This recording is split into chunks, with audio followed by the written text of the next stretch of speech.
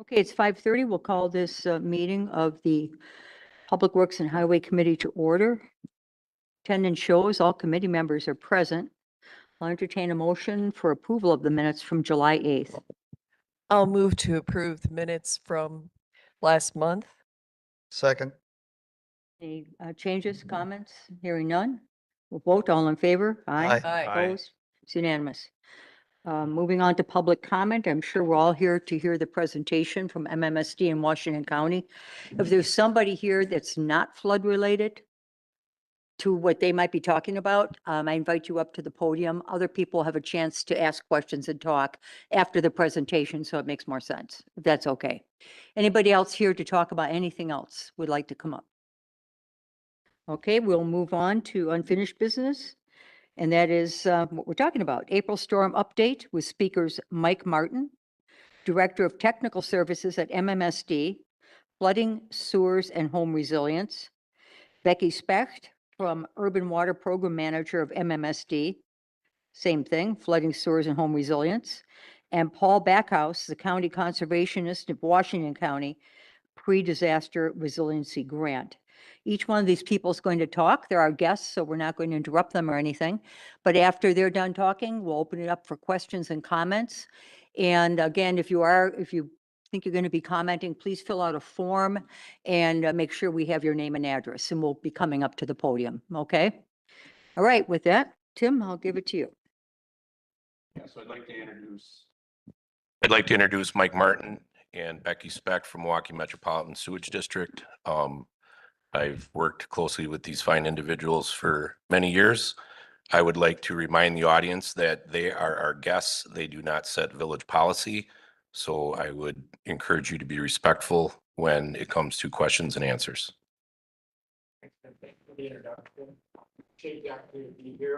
Microphone. Oh, you got to hit the button on the mic. Yeah.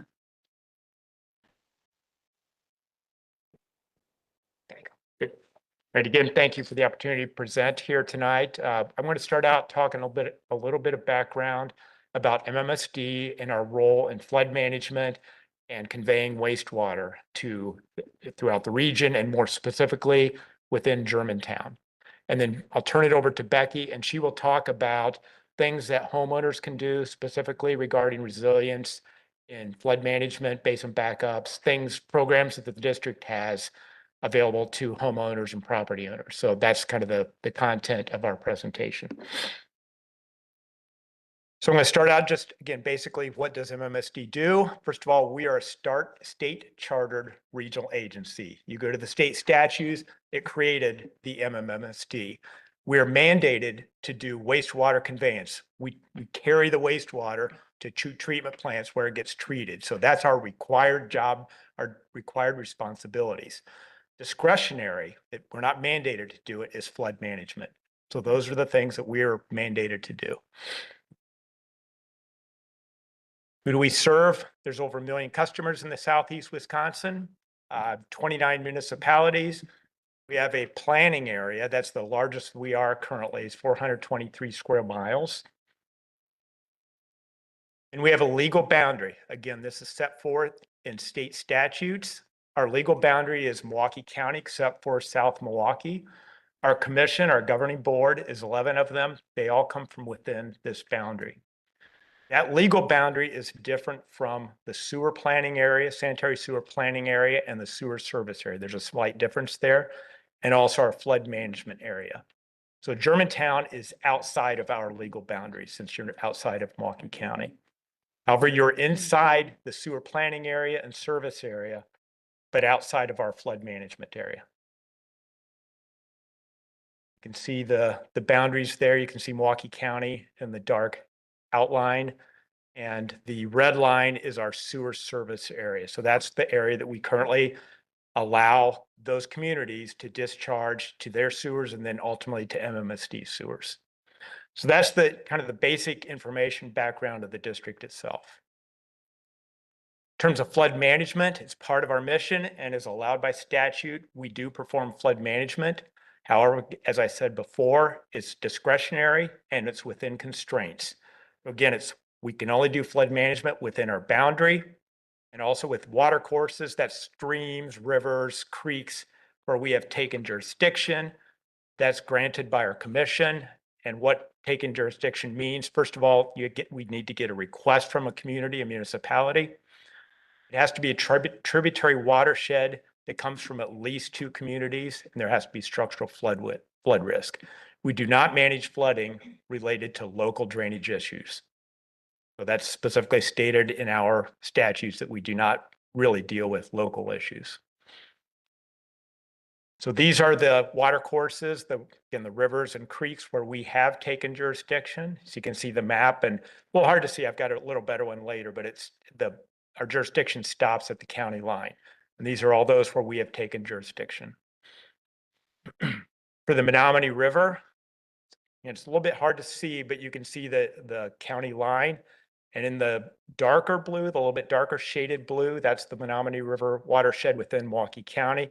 Then the entire watershed goes out and beyond up through Mequon, Germantown, Menominee Falls, and so on. So our jurisdiction, again, starts at the Milwaukee County line and then goes down through all the way down to all the way out to where the 3 rivers come, Menominee, Milwaukee, and KK come together. So where we do flood management is only within those specific boundaries. And we have done a lot of work downstream in the Menominee River down. You can see all where the orange area is. We've done a lot of projects, flood management projects down in that area. When we do that work, we take into account everything that's coming to us from up, including up in Germantown and all the tributary communities. So again, this is kind of reiterating what I've said. We're outside of the boundary, but within the Menominee River watershed. Given that you're outside our boundary, we do not perform flood management within Germantown borders. That's consistent with municipalities outside of our boundary. However, like I said, when we do design downstream flood management work, we do take the entire watershed into account. So we know the area, the impervious area of that area, the development and so on that happens, and take that into account. For future, we also look into what the future plan development is and take them into account when we perform that flood management work. So here are some activities that we do to reduce those flood risks. So we, again, as a regional agency, we set forth requirements for the region related to flood management, and also I'll talk about this later, conveyance. So we set regional stormwater requirements, and that's to reduce flood risks and also protect our flood management investments from increased impervious area. If you have increased impervious area from development, that creates more runoff. So we have requirements. What we do is we require the municipalities, including Germantown, to adopt these requirements.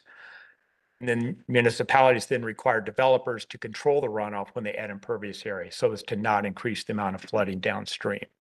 And then we also have a green seams program, which I understand our staff works with Germantown on the green seams program that preserves area to prevent it from increasing development and keep properties in the floodplain better absorbing the water runoff. I think that was it on the flood management. In terms of sewers, and I call it conveyance system, it's sewers basically. So we own and maintain over 300 miles of what we call the metropolitan interceptor sewers. Those generally are very large sewers. We have some up to 12-foot diameter. Generally, those sewers are multiple jurisdictional, but again, they're all within our boundary. So our sewers stop at the Milwaukee County line. And we, again, similar to on the flood management, we cannot own local sewers. So the municipalities own, operate, and maintain sewers that discharge to us. So Germantown has their own sewer system, and it comes to us. And you may be familiar with, there's 2 types of sewer systems, both combined and separate. I'll go briefly over those I'll just get into that. So this is just an outline of our sewer system. You can see again, the boundary, that darker line, the orange lines is our MIS, our Metropolitan Interceptor Sewer System. Again, those all stop at the county line. On the combined sewer system, those are designed to capture and convey both rainwater runoff, precipitation runoff, and sanitary waste. The only part of that, there's a portion of downtown Milwaukee and a small part of Shorewood. They own those combined sewers. They discharge into our MIS system. As you can imagine, during wet weather, there's significantly increased flows into our MIS that flows to either our treatment plants or into the inline storage system or deep tunnel system. So that's combined sewer system. All the other municipalities, they have separate storm and sanitary sewers. There's two separate systems intended only to convey one or the other. The storm system only collects precipitation runoff, snow melt, rain. Those storm sewers are owned by the municipalities. Generally, those storm sewers ultimately discharge to streams, which most likely end up in one of our jurisdictional waterways. So they end up in the water that comes from Germantown ends up in the Menominee River, which is our jurisdiction. Sanitary sewers, like the storm, owned by the municipality, and they're designed only to convey wastewater. Again, those two discharge into our Metropolitan Interceptor sewer. However, due to infiltration inflow, which Becky will talk about in a little more detail, stormwater gets its way into sanitary sewers. Sanitary sewers are not designed to convey excess infiltration inflow. And if you have excess I&I, that can result in basin backups and sanitary sewer overflows. So that's just important to understand that when they're designed, there's always some design, some allowance for that, but over time, there can be more and more infiltration inflow get into those sanitary sewers and create problems. And similar to on the combined system during wet weather, we do get increased flows into our MIS, and ultimately they can go into the deep tunnel also. This is just a graphic showing the difference between the two. Again, I don't need to go in that since I already explained it. This is just showing there's a cross-hatched area.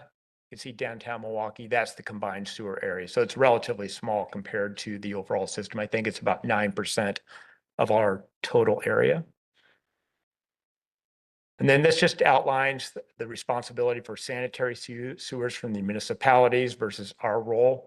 So again, in general, the municipality is responsible for owning, operating, maintaining the local sewer system, sanitary sewers, manage the local capacity, infiltration, inflow, backups and overflows, managing new connections and development.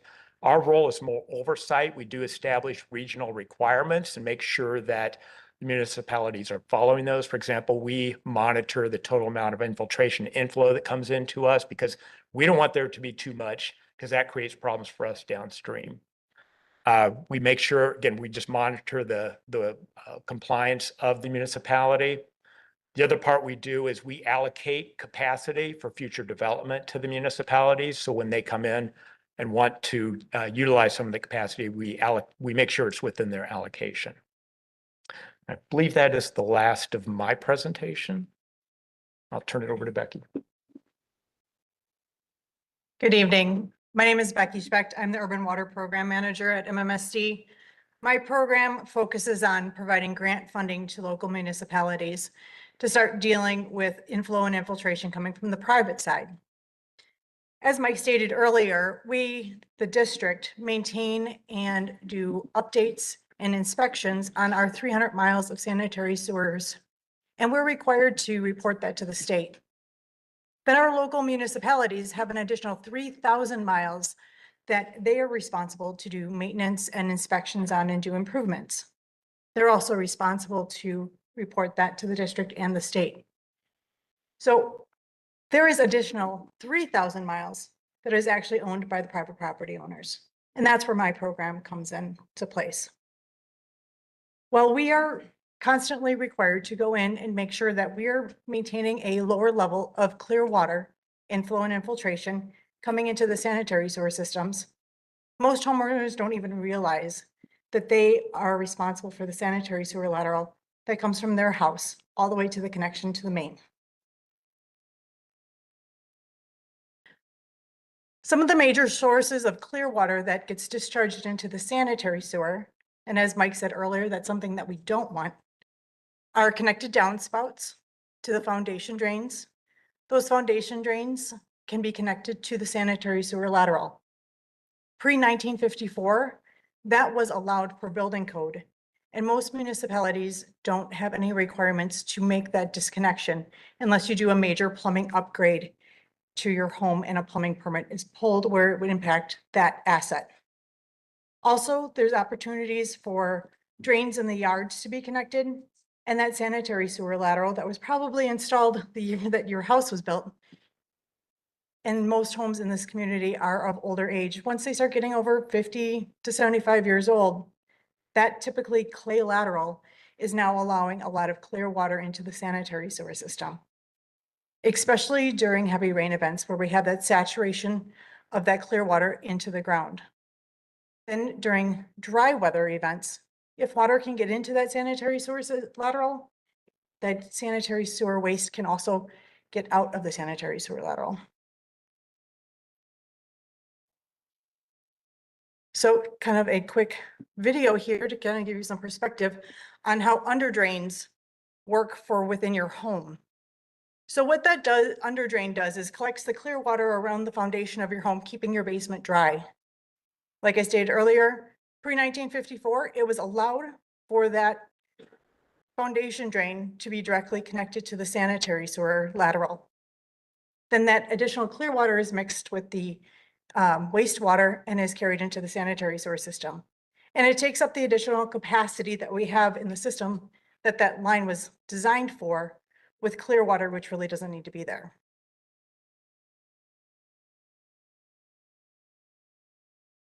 So how are there other ways that clear water can get into the sanitary sewer system is by having a old damaged sanitary sewer lateral. If you have a high groundwater table, that water can leak into the sanitary sewer lateral because water likes to follow the path of least resistance. It can include holes in your lateral, your joints being separated, roots intrusion, connections to the sanitary sewer main, which the homeowner is responsible for.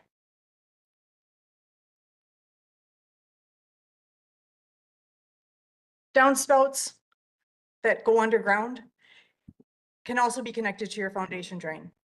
That means that you have roof water coming down into your basement and being collected by your foundation drains and being potentially discharged into the sanitary sewer system. That's adding additional clear water to the sanitary system that we don't really want to be there. So what is a best practice is actually to have your downspouts disconnected and drain at least 6 feet away from your home to assure that it doesn't short circuit and just soak in right next to your home back to your sump pump, if you have one, or even your foundation drains. In addition, you want to make sure that no water is leaking over the edges of your gutters, because we want that water to be carried away from the home. So if you have any connections that where your gutters join with each other and water is falling down, if you potentially have any vegetation growing in your gutters, all of that prevents the water from being carried away from your home. And when we have additional water coming in around the foundation of your home, it saturates into the ground and can potentially impact your basement.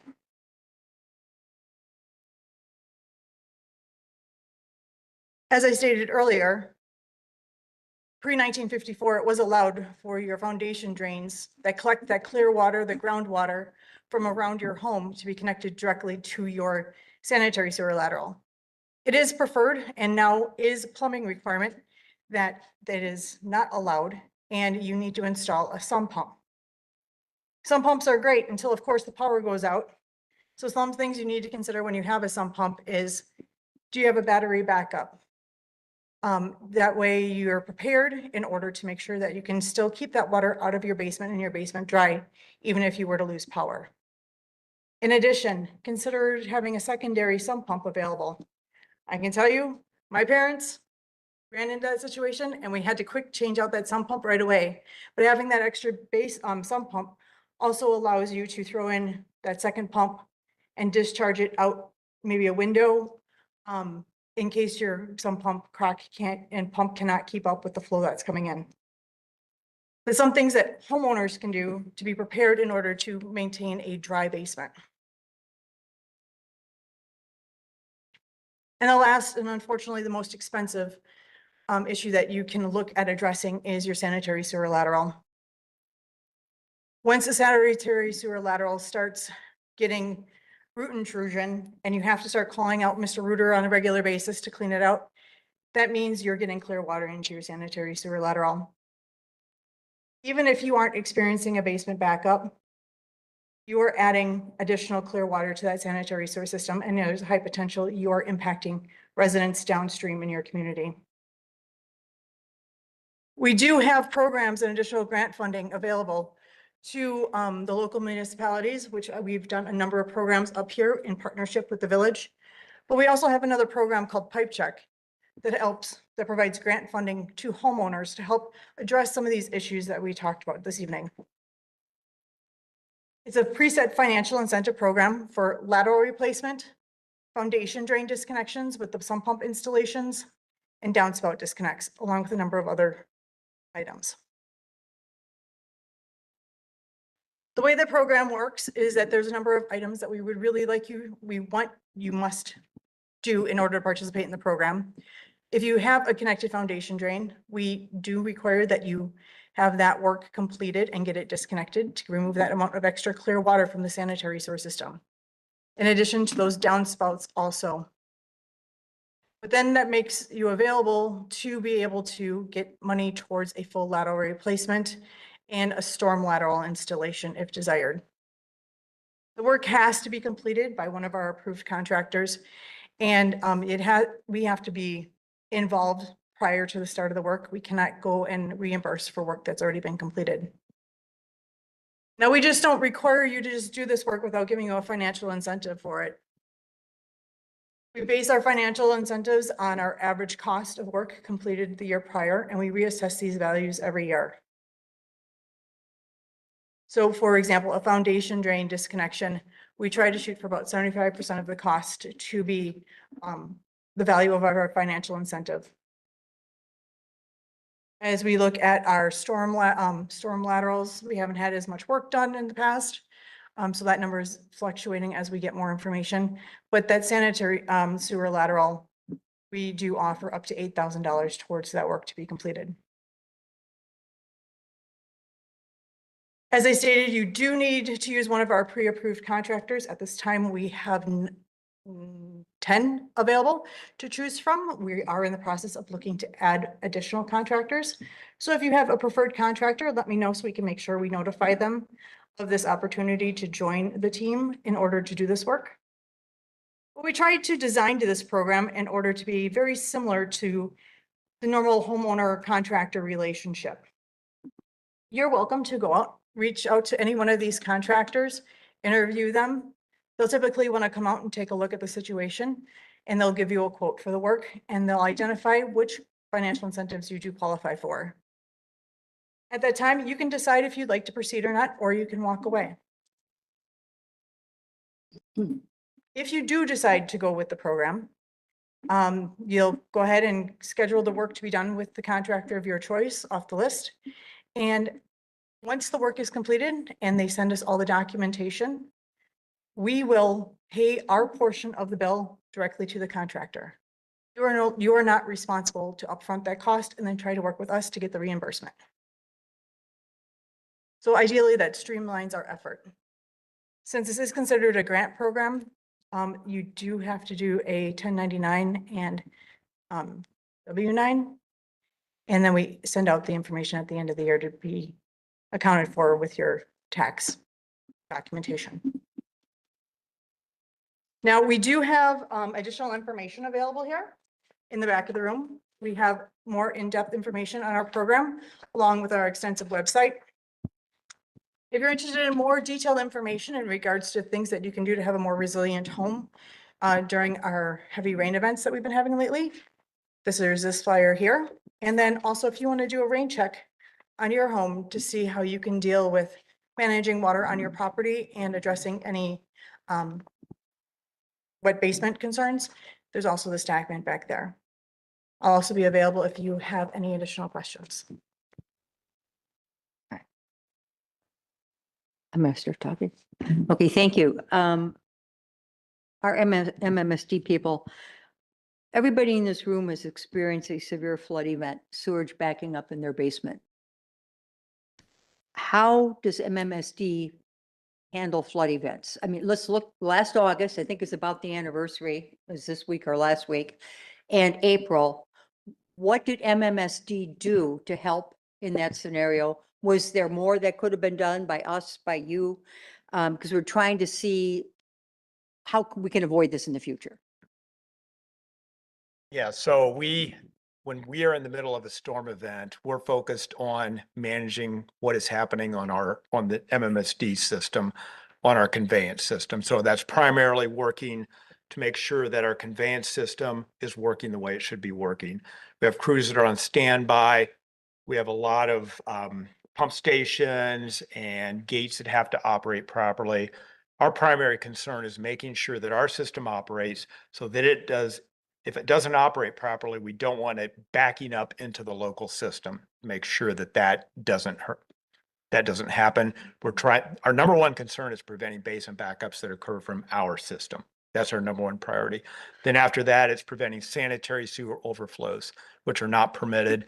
Number three is preventing combined sewer overflows also. Combined sewer overflows, we are allowed by permit to have up to 6 per year. So those are kind of the top 3 priorities. There's other priorities after that. So that's our primary focus on the flood management side of things. So we have flood management assets. If we know storm is coming, we go out and we have a number of areas that are critical where we've had like debris buildup on trash racks. We make sure that those are all clear. And then during the storm event itself, depending on the severity of it, our staff will go out and check the operation, see what they can see. But during the storm event itself, there's not a lot you can do. You're at the whim of nature, and we don't have all-seeing eyes on everything that's going on when it comes to flood management. After the event, first of all, when it comes to people calling somebody, I believe that our website tells them you need to call your municipality because that's where the problem can start. If there's basin backups, that's where the problem can start. If there's flood management, you need to call your local municipality, because that's where your connection is to that local sewer. And that's where we tell people to go. We don't necessarily get all of that information. We try to get that depending on the storm. The municipalities know that to check where they connect to our system, and they will let us know if our system is causing a problem for them. Because if our system is backed up too much, then they can't get into our system. So that's typically after the fact, we'll hear about that. And we can then, depending on where it is, we can go look at our monitors and see if that was a problem and what was going on in our system. How do you view the August event last year versus the April event this year? Sure, Both yeah. too Oh, significant. yeah, the August, the rainfall was that was what they call a 1,000-year event. Very, very low probability of event.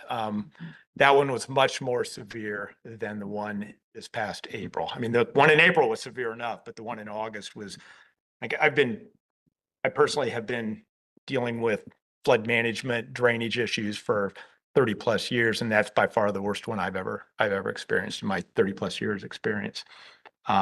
Very severe. We had lots of problems during that event. So the one just this last April was severe, but not as severe as the other one. Okay, and Tim, jump in here, just as a refresher for everybody. So it's a municipal issue. And once our pipes are full and it's going to MMSD, explain why, once again, we have the backup. So our system, our system during the April event was functioning as it was designed to do. And like I've stated here numerous times, we had staff in that night. We had a breakdown of communication with Washington County. Had we known basements were getting sewage in them earlier in the event, we would have changed our operational strategy that night, but we didn't have that information until the following day. And by then the damage was already done. So I've kind of put together a list of things that I was asked to do by committee about how residents can be more flood resilient in the future. These events are going to happen again. They will happen again, as much as we don't want them to. It's just the nature of the beast.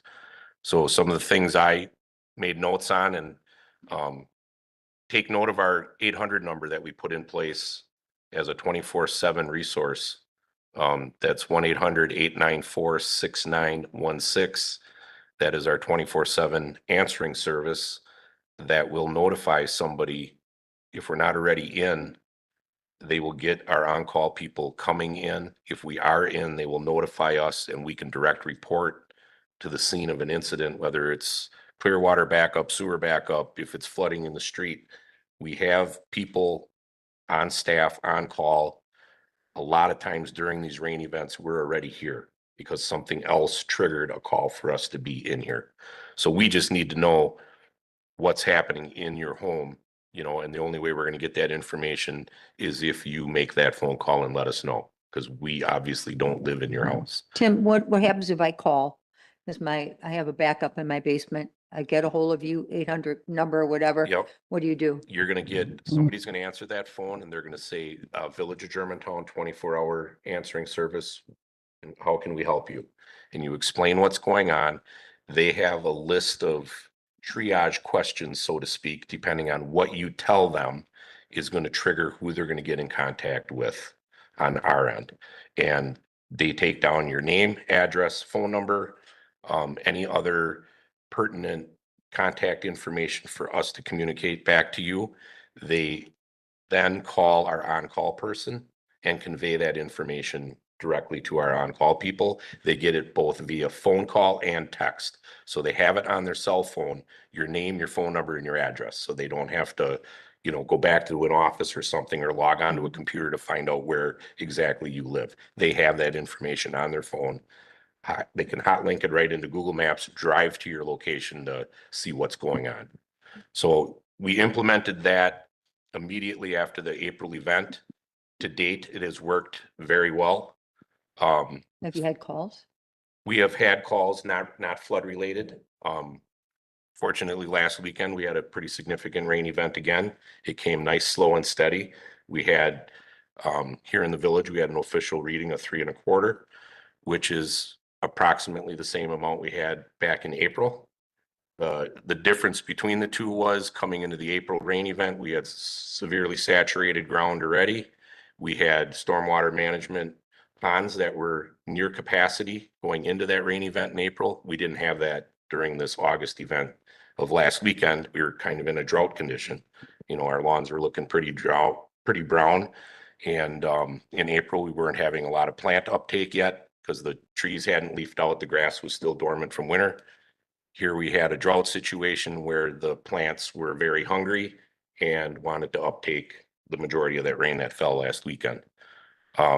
Some of the other notes I listed here was check your yard grades. And like Becky said, maintain your gutter and downspout system 6 to 10 feet away from your home and make sure they just don't bury themselves into a pipe somewhere. Make sure you can see the end of the pipe of your downspouts, because if you get a gopher or a squirrel that builds a nest into that buried pipe, guess what?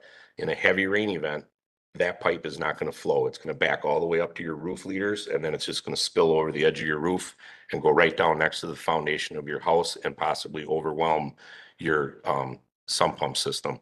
The other thing is, coupled with the April rain event, we had a significant power outage here in the village that lasted upwards of 8 hours in parts of the village. It's never a bad idea to have a backup generator. Now, I'm not advocating for a whole house generator, but enough of a generator that you can run an extension cord to keep your sump pump operational, as well as a few lights in the house. Always have a spare sump pump on hand because you never know when they're going to fail. And the other one is a dual pump system with one of your sump pumps tied to an at-grade discharge rather than going into a storm sewer drain line, as some of the houses in the Willowwood subdivision have. They're hard piped directly into a storm line. Make sure that one of those discharges goes out into your yard. The other thing is seal your basement walls and floors so that if you have cracks, that excessive groundwater can't migrate into your home through cracks in your walls or your floors. One of the other things you can have on hand is a simple $12 mechanical plug you can buy at Menards. You have clear water or sewage coming in your basement floor drain. Take a mechanical plug and seal off that floor drain. it'll stop that inflow of that water into your home. The other thing is that's critical when you live in a lower area of the village is know what your base flood elevation of your home is. It's called the BFE, and how it relates to buoyancy in a flood. So if part of your basement is 3 feet below flood level, your home will actually become buoyant in a heavy rain event, and those super saturated ground conditions can affect the way that stormwater is getting into your home. Risk auditing, have somebody assess the terrain vulnerability of your parcel as it compares to a FEMA flood map. We just got new flood mapping came out earlier this year. They're available at community development. And if you have a situation where your homeowner's insurance possibly has dropped you because of back-to-back claims with the last 2 events, there is targeted insurance coverage available through floodsmart.gov. That's a federal government program. And as a caution, backwater valves are, in my opinion, a tool of last resort, because they're going to function after the municipal system is surcharged, but you as a homeowner are not necessarily going to know when that happens. And if you have a backwater valve and you continue to live life as normal with water softener regenerating at night, or people taking showers or doing a load of laundry before bed, you'll end up flooding your own home with your own water. So that is something to keep in mind if you're going to make the investment into a backwater valve. Another handy tool is getting a Bluetooth water bug monitoring. They're available on Amazon, where you can put a small sensor in your basement. It'll notify your smartphone that it's detected moisture in your basement. Maybe it's not a bad idea to have one if in your washing machine area, if your washing machine is in a different, like maybe on the first floor of your house, toilet, it can identify. There's a bunch of different sensors you can have going into one phone. You could add one of those into your basement, and you'd know if you had water in your basement, and then you could notify us via that 800 number. And we had a couple emails in the past week, and I just wanted to clarify the Jefferson Ditch ponds. They're a stormwater management system for the village. They're not a water feature in the sense of a lake or a pond that was built as a decoration. They actually serve a function. It has a fixed pool elevation controlled by an outlet structure. It is designed to store, treat, and detain stormwater before released back to the Menominee River. Its overall capacity is ultimately controlled by the height of the river during a wet weather event.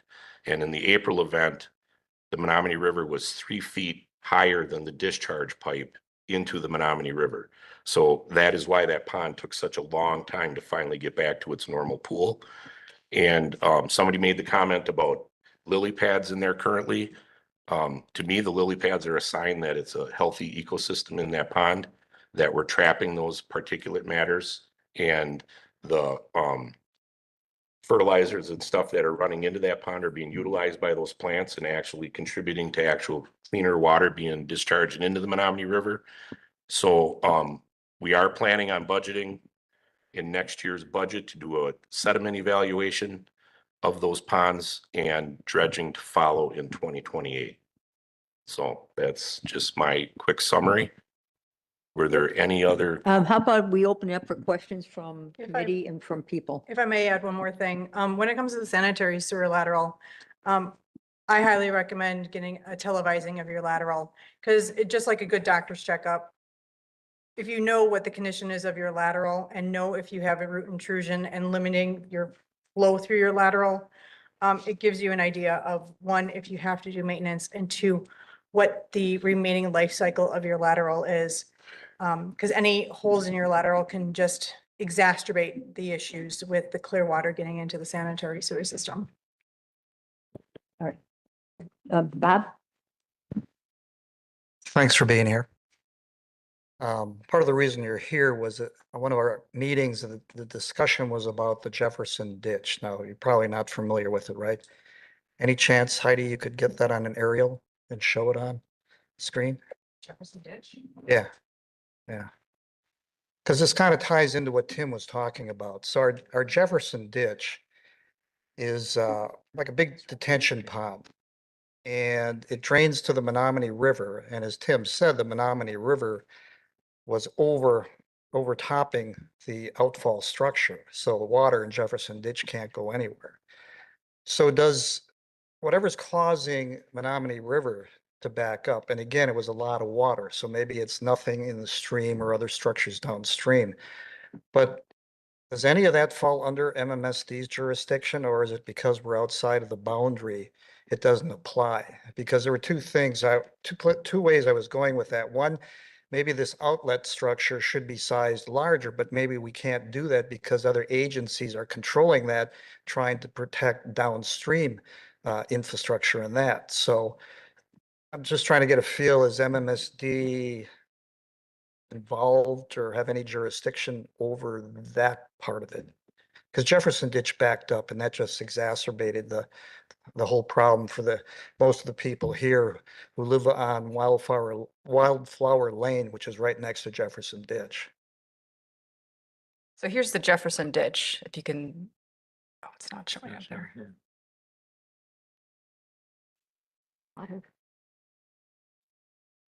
It's underwater. No, but I'm looking at, it's water on the screen. Looks a little touristy. Nice. Sounds sure looks nicer than I remember. That's over by. Oh. And I want to get it, Pointing through yard.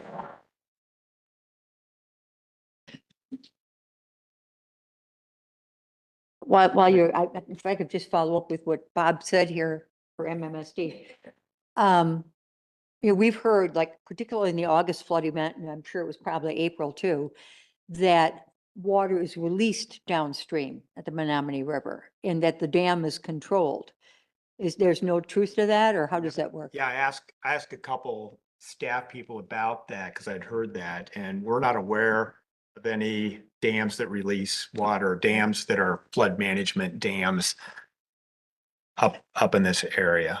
So what we see is what we get. If Correct. the river's overflowing, it's Correct. overflowing. It There's is what it nothing we is. can do about it, is what you're saying, basically. Not during the storm, Yeah. yeah. So, and back to the ditch. Yeah.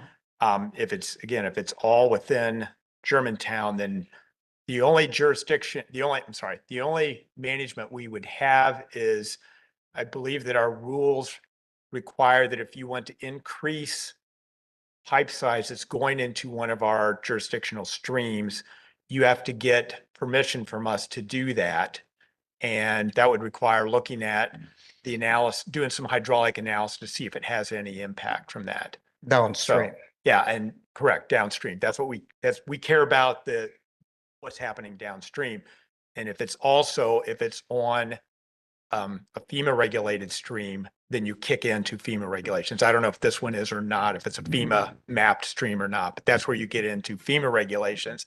I believe that the Menominee River up in this part of the town is all covered by FEMA floodplain. So once you're working in a FEMA floodplain, It's a whole set of rules, different. whole set of rules, state and local. I don't know if Germantown, if you have adopted FEMA regulations and managed, I don't know that, but So Tim, you're saying we're the headwater?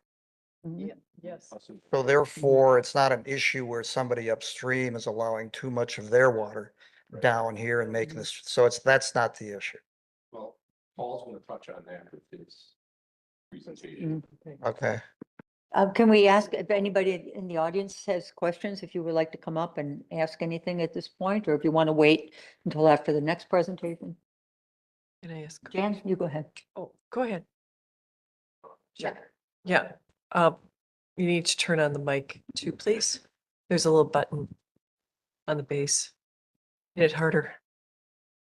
There you go. Perfect. So my question related to the MMSD presentation relates to, you mentioned that municipalities are allocated. I can't remember what the Mhm. terminology was after that. yes, yeah. And so my question is related to that. And especially because there are a number of new developments, significant new developments planned for, or not proposed, in Germantown, maybe some planned also. How close are we to getting to the top end of that allocation? And I don't know if the allocation is for during storm periods or if it's just like the It- regular basis. day-to-day basis. I believe it's allocation. both, but yeah, But that's my Yeah. question. I don't know offhand, Tim, do you know? I don't know the exact number, but we're still. We're well below our allocation in this particular basin. When a municipality and a new development does come into place, calculations need to be submitted to the district and reviewed, and they will see if it fits in within the allocation and within that limit that's set. And if it is over, feedback will be provided that we won't allow for that additional connection.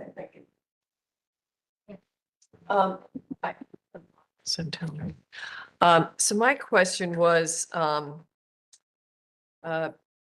Becky, you said there's a pipe check program and you had a chart and you had all these numbers, subcontractor 2,000 for the whole pipe or whatever it was, 8,000.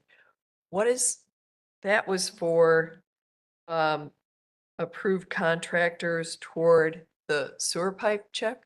Was it? So the pipe check program is the grant program that we offer all residents within our service area. Right. And those financial incentives are just set amounts of money that we'll put towards various types of work. This allows us to maintain being within our rules for procurement. So unfortunately, we're not able to pay for 100% of that work. There is still a percent that the homeowner is being responsible for, but we try to cover with that value of that financial incentive to make it worthwhile. So for example, if you're looking at needing to replace your sanitary sewer lateral from Yes, the main all the way to your To- home, right. a typical Typical. lot somewhere around the quarter acre is around $20,000 for a lateral replacement. Oh It is my. a very expensive repair. So we Okay. put $8,000 towards that work. Okay. The way we came up with those costs is that if we look at a homeowner looking at just trying to address a specific failure on that lateral, like a collapse or a hole,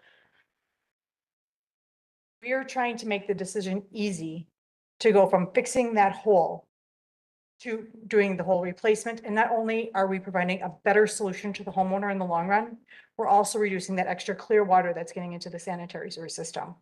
So we encourage homeowners to get quotes from our approved contractors, looking at what would it take me to just fix my immediate problem versus using the program and addressing the whole issue and never having to worry about it again. And typically homeowners find that they're within $500 to $1,000. And at that point, it's almost makes the decision easy to address the whole issue. Now, the reason we do go with our list of pre-approved contractors is one, that means the homeowners don't need to upfront that money. Mhm. And Right. we have all the paperwork done in the Yep. background that we can just pay the contractors directly. Sure. Two, we can control quality and make sure that all of these contractors have to go through a pre-approval process, that we involve representatives from the municipalities to be part of that review team, to make sure that they understand what our goal is with this program, what we can allow, and meet the high quality we're trying to achieve with this program, to say that we're putting our name behind it. We present it to the homeowners. Okay. I agree with you that vitrified clay pipe fails quite frequently. Roots get through the joints, but I don't think we have any vitrified clay pipe in any of these laterals. It's all PVC pipe. PVC pipe is going to last, I'd like to say forever. So I don't think that's the problem here, looking at the laterals. But it's not in this area with these people in the room. Okay, Yeah. thank you Yeah, for the not- Definitely clarification. not. These But- people. So how about your foundation drains? Or have they all been disconnected and some pumps are installed? And All the- of, now- and then the follow-up question to that would be, if you have a sump pump installed, was the Palmer valve removed? I think we use Palmer valves here, do we? Palmer That's valves an were old- connected the foundation drains. I understand to the what they are. sanitary sewer laterals. It's mostly city of Milwaukee where you see Yeah, this those, is, that'd be like pre-54. right? Correct. So in this Not that particular So you're not- neighborhoods, that doesn't affect. Much, yeah. much less 80s, 90s. Yeah, and we, But you'd also be surprised though with PVC, how many properties underneath the private property program that we've gone to CCTV and just due to poor workmanship. Oh, How many loose joints or roots that we see intruding into the lateral? Yep. Or even when secondary agencies come in and bore right through the private property lateral. We found gas, we found fiber optics. Okay. So even though, you know, ideally, if you have a PVC, you're good to go. It's still, if you're experiencing basement backups, it's still good to double check that, especially if it's coming out of your floor drain. Our public works crews went out and looked at all these homes in this area. And they did identify one sump pump that was going right into the sanitary sewer, right to the floor drain or something like that. So we looked for that. Everything else, the best we could tell, our field crews, everything was good in that regard. So it's really not that issue. No, I think the reality is that in the April event, the intensity of the rain, the saturated conditions, the surcharge storm ponds, all added up to a perfect storm of, there was a failure in the storm sewer system to continue to convey. Some of these houses had a direct connection into the storm sewer. The check valves couldn't open because the storm sewer in the street was full. We had some homes that had sanitary backup as well as some clear water. The power outage, we had sanitary backup alone. We had some pumps that were discharged to grade. It was a whole combination of everything and a perfect storm with this event and an absolute communication breakdown. I- I would just add, I don't know your specific events, but I just know from past experiences that it can take like one failed sump pump and then the water comes out of that, goes down the floor drain into the lateral. And just one or two of those can just create havoc downstream from Correct. there. So Okay. it doesn't take a That's great. lot because Yeah. most of the the sanitary sewers are like 8 inches. I presume that's what this is here. And it just takes one or two of these failures to create major problems throughout a certain area. And it So we was, had failure upstream with the power outage. correct. So So we all had- those sump pumps were out. yes, so we had almost a third of the village was on a long-term power outage for 6 to 8 hours. None of those sump pumps were working unless people had standby generators or whole house generators or battery backup. But even a battery backup in the type of rain we had in April was not going to be enough. That battery backup was going to last tops 2 Then- hours. Then the sump Yep. fills and goes in the floor drain. Boom, And overwhelmed you've the got a bunch entire of houses system. doing that. And then impacts all the residents Downstream. downstream. You know, this is the only area really that we had the problem. Now, granted, it's at the lowest area, is it? Of It's a Germantown, basically? significant low point, yes. Okay, and near the Jefferson Ditch. Is that why they were most affected? Because it's at the end of the train, so to speak. They're at the low point, you had that massive rain event that came out of Lisbon. You got to remember that was the same supercell that spawned the tornado in Lisbon, came right over Germantown. And at one point it dropped almost an inch of rain in 15 minutes. That's unconscionable amount of water came down in that 15 minutes that just completely flooded the roads, flooded the storm sewers, and was likely present for, I remember going out of my house after the tornado warning was over and I had rivers running through my yard, my neighbor's yard. We never have that at where I live here in the village. It was crazy. But you know, it's going to happen again. The weather's crazy. I mean, we didn't get any rain yesterday. Nobody could predict either anymore, which is amazing to me. I was waiting for this rain last night, which never came. And they said there would be these cells, we get really heavy rain. I was waiting to see what was going to happen with that. But so we can't really predict the weather, but we know that the weather and the storm events are getting more severe. How is MMSD looking at that? How is anybody looking at that, or are we not yet? Sure. Yeah, we do look at that and we follow kind of the regional experts on that. We'll look to the DNR to update. We'll look at flow data and we'll also look at rainfall data. And there's a lot of different ways you can do this, but we will follow sewer packs guidance on frequency analysis. That's what it's generally called. There are national standards out there. They're national, but they are focused on certain areas. So we'll use those.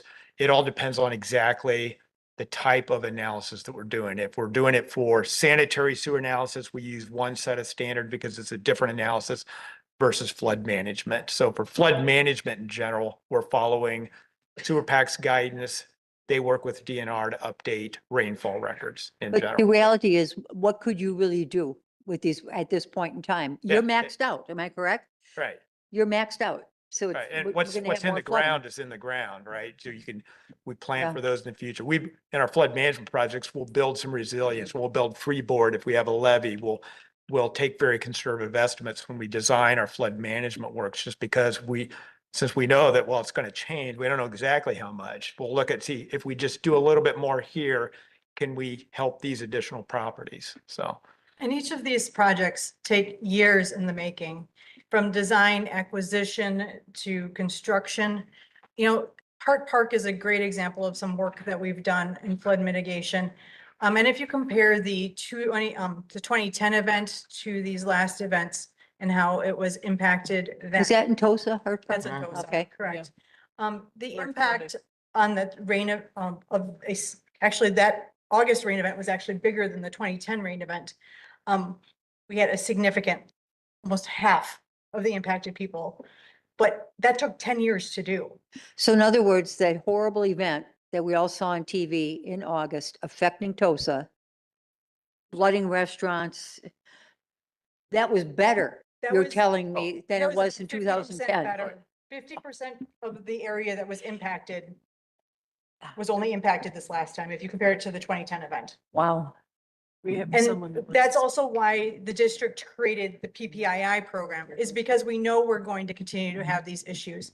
And 60% of the clear water that gets into our sanitary sewer system, and this was a study that was done a bit ago, we really need to update it, is coming from private property.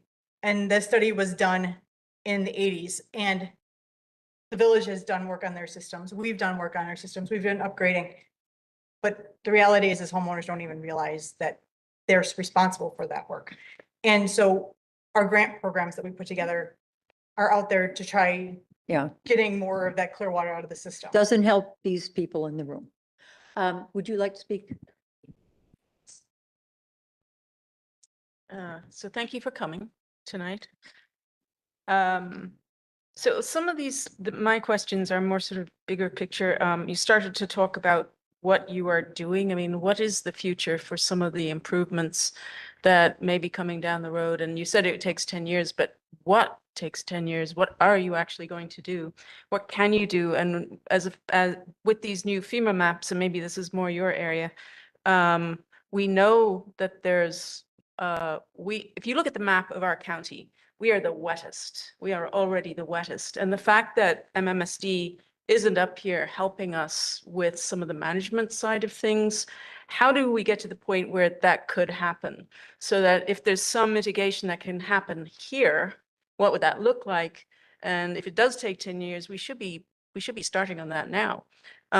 So I'm kind of curious about that. I'm on the Economic Development Commission, and it's very difficult when the planning director says, well, tell me what kind of development you want. Well, I don't know, maybe a lake, I don't know. We need more places to put water, it sounds like.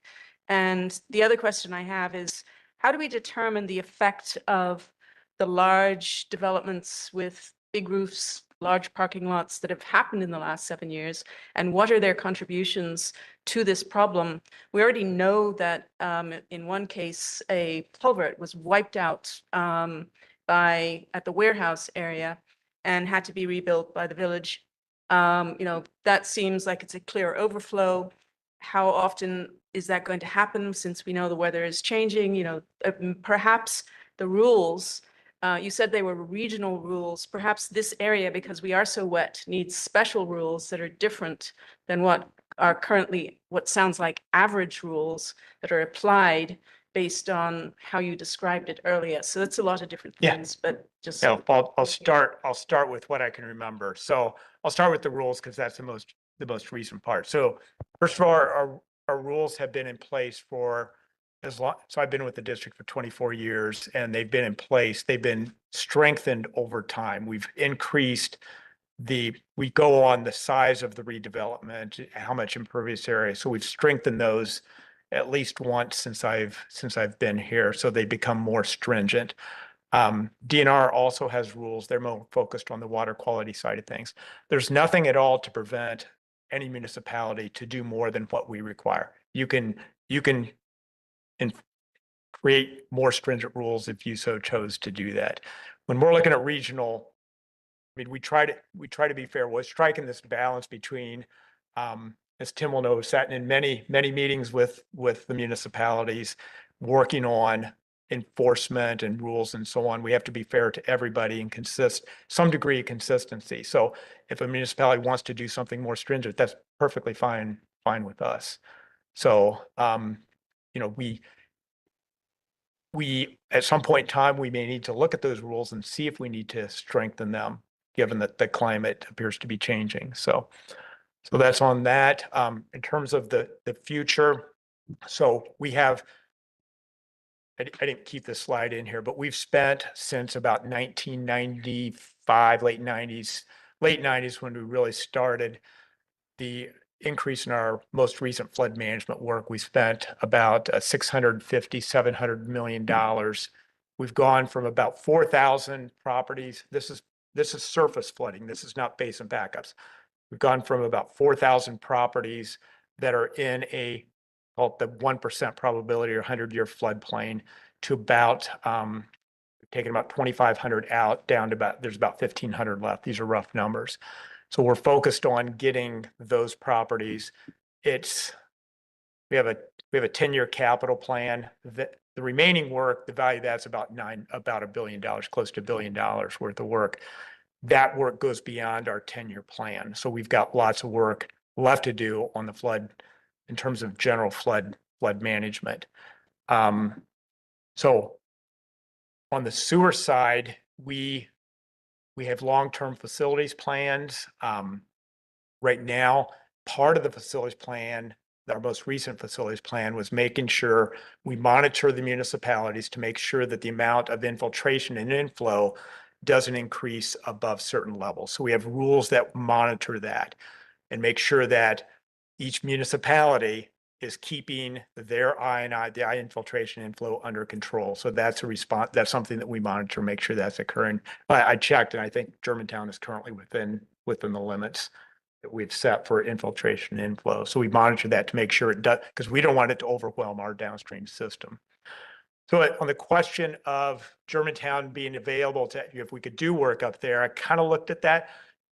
I've been here 24 years. Again, our legal boundaries are Milwaukee County. I've talked to people and they say, oh yeah, they could quote unquote join the district. Okay. No one's ever done that. So I don't quite know how that would actually happen.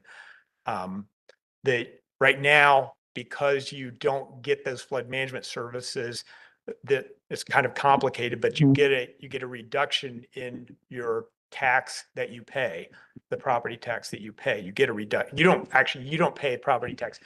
It's complicated, but you pay a fee to the district that gets reduced based on where the flood management work occurs. So it's complicated. So, but when I looked at the fact that we would only do flood management if it's multi-jurisdictional, well, there's not much that's multi-jurisdictional up in Germantown. It's almost all just within the headwaters of the Menominee River.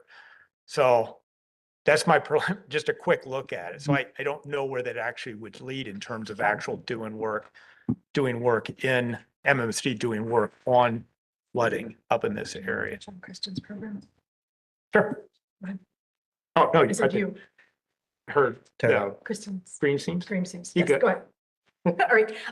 The district also has a green seams program where we come up into the headwater areas and we purchase land that helps drink the water and to limit how much development occurs in those areas.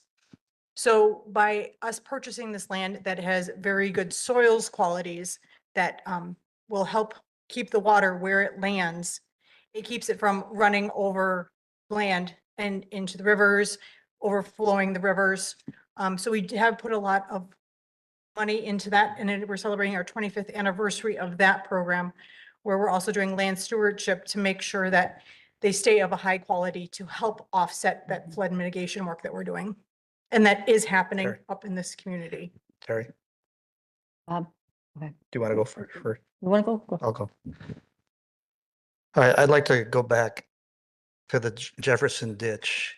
And Tim, correct me if any of these statements are incorrect. So the Jefferson ditch is where it's located because it's a low point, right? Correct. Makes sense? And it'll drain out to a lower point, which usually is the Menominee River. But when the Menominee River backs up and goes higher, the elevation of Jefferson Ditch will be at the same elevation as the river, right? Wherever that ends up in that ditch and however close it gets to those homes, it's all because of the Menominee River, which we don't have any control of, and it sounds like MMSD doesn't either. So we're kind of in a quandary here. We've kind of identified one of the problems. Let's get that ditch to drain out better, but it seems like our hands are tied as far as what agency would allow us to do that, or what do we have to do downstream? Could we make the Jefferson ditch bigger? Do we own that land where it could have the capacity to hold more water? Would that help? That would be a potential option. Well, the dredging is gonna happen either way. I mean, make it bigger and deeper. It still so has to we can drain out. contain more. If you make it bigger and deeper, you're gonna have to change your outfall control structures. And ask MMSD to approve it. Yes, and you're just gonna hold more water at that point if you can't change your control structure, so you're gonna create a lake. Which is nice. But the only way to make it store more water in its current capacity would be to eat up more land in that area and make them bigger with the same depth. I Do don't you think it, it would help? Something, is that something worth studying? I don't think it buys you much time with a big storm. No, No. The amount of So time- like an April storm, it wouldn't, I don't think so. It's, I don't think there's enough land there to try to make a difference. It's the outfall. We got to get the water out of there and we can't because of the river. because of the river. Yeah. Wow. so can we ask FEMA? Do they help? well, I think the starting point is gonna be what Paul's gonna be discussing with his resiliency grant that he got. To do the studies on the headwaters and what can be done locally Okay. between us and Richfield to start thinking about Okay. how we handle this. Do So- we have more questions for MMSD or can we let them go? Oh, please, come on up. Hi, my name is Paul Spitz. I live on Juniper Drive here in Germantown. I want to thank you both for coming here. Everybody sitting here and many others that are not here were impacted, not unlike all the citizens of the city of Milwaukee, significantly from the disaster that occurred in August and in April. I believe it was the financial disaster. I think nationally is only second to the forest fires in Southern California. So it was significant. You used two terms, and she touched on it a little bit, allocation and gates. So my question is this. When MMSD sewer system reaches capacity, is that when allocations come into play and are gates utilized to restrict any of the? No. So allocations. That's are- good, because yeah. that scares me when you Yeah, use those. so two terms. allocations are used, so when we plan the sewer system, we know the downstream capacity. Our system is, the district's conveyance system is pretty well built out. We are currently building like one of the few remaining areas, unserved areas. There's not a lot left. So we know how much capacity each pipe has, and we know how much flow is coming to it. And if there's enough capacity, then we can allocate flow to the municipalities that come to that sewer. So you can have this much for future development.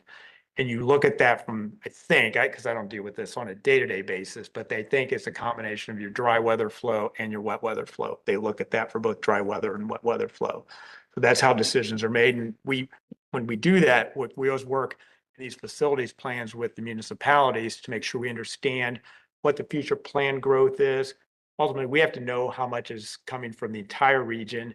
We know how big our downstream sewers need to be and so on. So most of these systems are built out, and so that's how it's generally used for planning purposes and then allocation for new development. Okay, Gates are very, completely different from that. That when I talk about gates, it's primarily the operation of the deep tunnel. So most of our system, it's all gravity fed. We do have pump stations and locations that are used during wet weather. And then there may be some gate operations to allow those pump stations to operate properly. The deep tunnel system is very far downstream from you, and what's happening down there wouldn't impact what's happening up in Germantown. It's really when we make a decision to, and we decide this, to have a combined sewer overflow, we have to shut some gates to take the flow from going into the deep tunnel to out into whatever water course, Lake Michigan or Milwaukee River, Menominee River, whatever that is. We just had one this past weekend. We had a combined sewer overflow because we were reaching the capacity that we could have. So those are the gates I was referring to. And that's where the operators are monitoring what's going on. They sit at a desk with multiple screens and they can see what's going on throughout the system.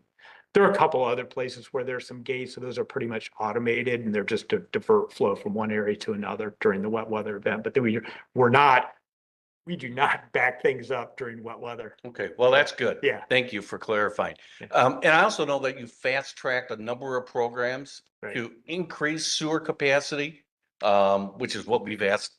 We've fast-tracked some flood management projects. Right. So, yeah. Right, and then the Bayview area, you also discovered a sewer system that was significantly backed up. I don't remember what the tonnage was of Yeah. debris that was taken out of there. Yep. But it was significant. Correct, yeah. I would think all of that would ultimately help even upstream on our end. And I know we did some analysis here, but do we know whether or not we have any of those type of conditions anywhere between here and the falls? Do we have any of those type of issues? And not saying you guys aren't doing what you're supposed to be doing. We're just looking for help. Sure, understand. Because a lot of the things you talked about that private owners could do, we've all done. It's now on the municipality side.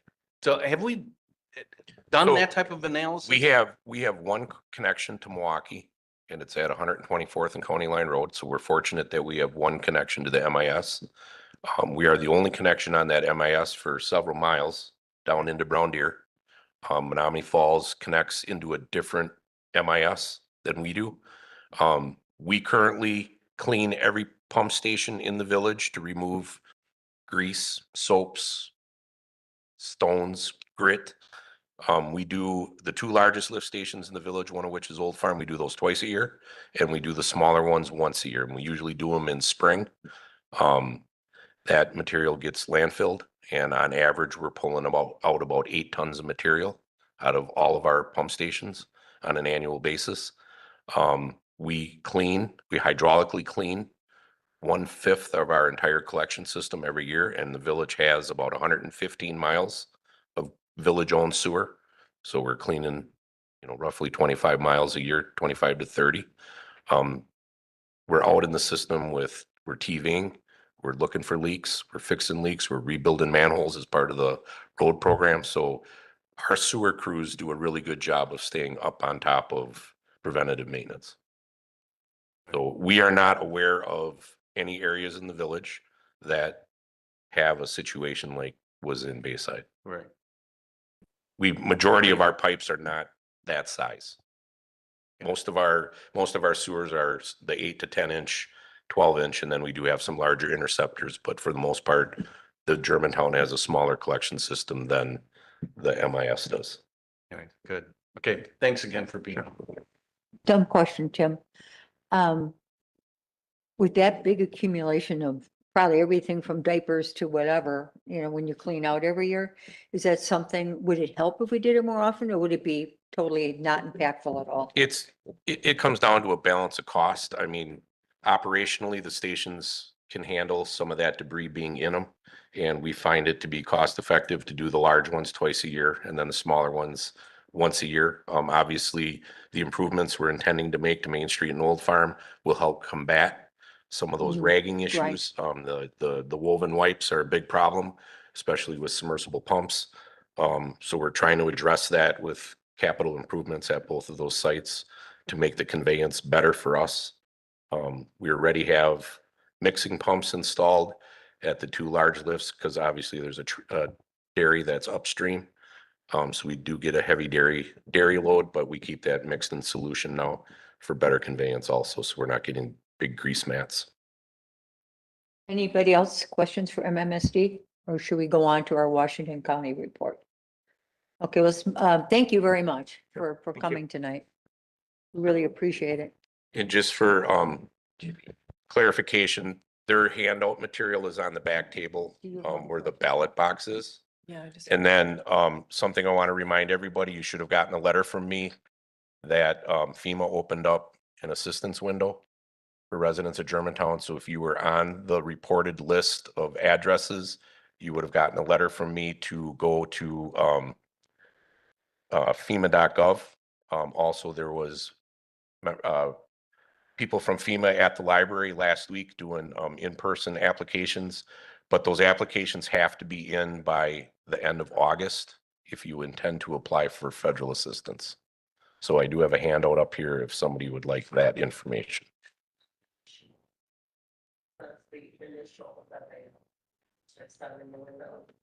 No, this is specific to the April event. Yes, so the window has closed for the August event. Those individual assistances should have been handed out already if you applied for the August event. And Jen had a quick question for you. well, we weren't able to really see their PowerPoint. Will we be able to get the presentation? It's up there on the screen. I was looking Yeah. at it. No, we couldn't get it on our individuals. Thank you. I think I've got it. So, We can get it back. Bring it, yeah, that's Okay, fine. well, Yep. Mike, Becky, thank you so much for coming. That's fine. Yeah, we Tim, can. I'll throw it on the municipal portal and you can download it. Yeah. I'll do it tonight. Okay. Thank you. Thank you. Thank you. Paul, you're on. And the PowerPoint should be working. We're having audio issues. We had Brenton in and we don't know how to fix it, so. So this is going to be Paul Backhouse from Washington County. He's the one that received the pre-disaster resiliency grant to study the headwaters of the Menominee River here in Germantown and the village of Richfield. And he is going to go over what that grant entails and some of the steps that Washington County is undertaking. Is it up on the screen or not quite yet?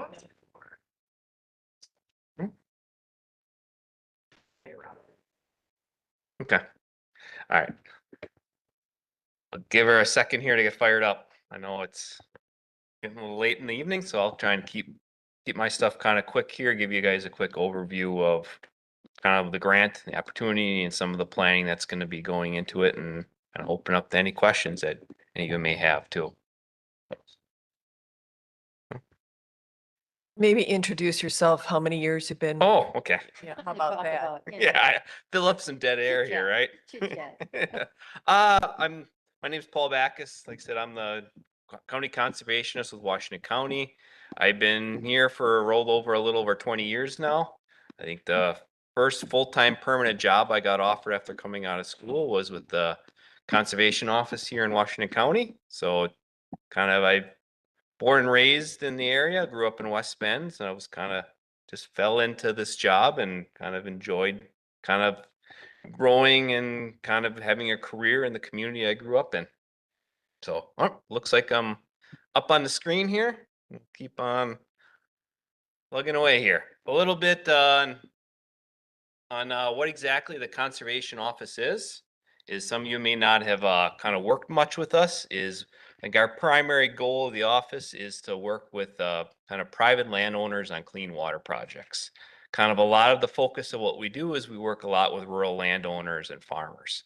I know one of the kind of the newer focuses for our office is that this whole term called hydraulic connectivity is the idea where you're trying to hold more water further up in the landscape so it doesn't cause kind of those bigger problems further down.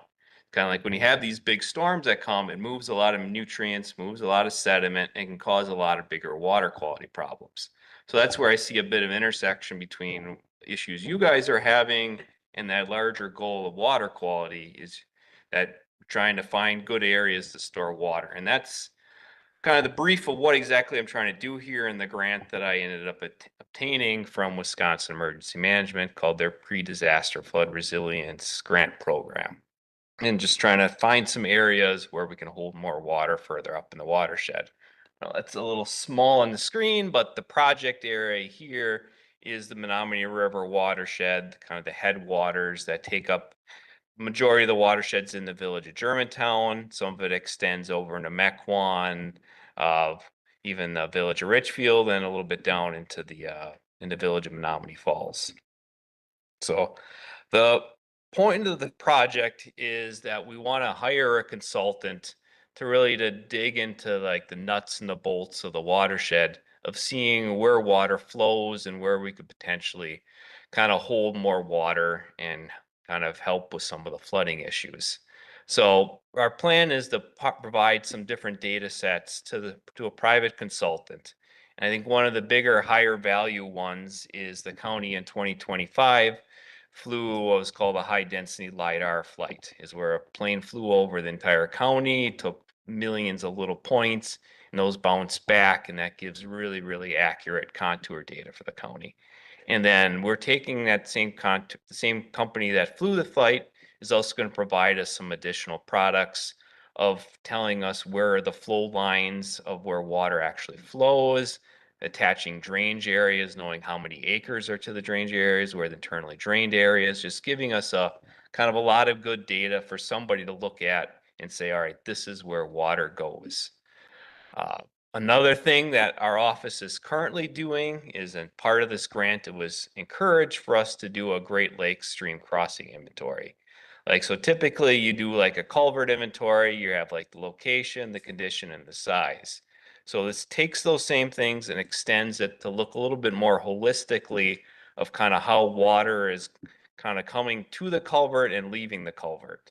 And you can tell just from how like the stream looks above and downstream as if that culvert is generally smaller than what the stream wants to be or kind of bigger than it is, creating a bottleneck or not. And additionally, as if that's a blockage for fish at all. Other thing that we're going to get gets added to our list to maybe provide a little additional resolution to the new FEMA floodplain maps that were adopted in 2026. Kind of as part of those new floodplain maps, that also there was some kind of updating to the modeling behind that. So additionally, we're trying to put some of these data sources together for a consultant to kind of, like I said, get a better idea of where exactly water is going in this watershed. Kind of myself, when I took the higher level look at what exactly was going on in Germantown and some of like maybe the root causes of the flooding, is kind of my first glance at it is that there's a long history of agriculture in the village, and kind of way back when like a lot of the agriculture was getting established, a lot of a common practice was you would take the stream and straighten it, that maybe like naturally zigzags, and now you want it straight to try and get the water away a little bit faster. Kind of at the same time, when you're pulling that spoil out, you have to go somewhere with it. And typically with a lot of that, just was put right next to the stream. So that creates a situation where the floodwaters come up and it can't connect as well to the floodplains and get out into it and then come back in, kind of how nature designed it. Like you can see the little graphic I got on the bottom there, it gives a kind of a little basic understanding of it. The air photo that's in the middle in the top that's an example that's in the village here where you have the stream and then you have the ditch berm, in which there's about a 5-foot elevation difference between where where the water level in the stream maybe more typically sits and where that spoil was placed then too. Timeline, like I said, we're looking at hiring a consultant. So currently we are kind of working through the Great Lakes stream crossing inventory, hopefully getting some of that data, being able to provide that to the consultant.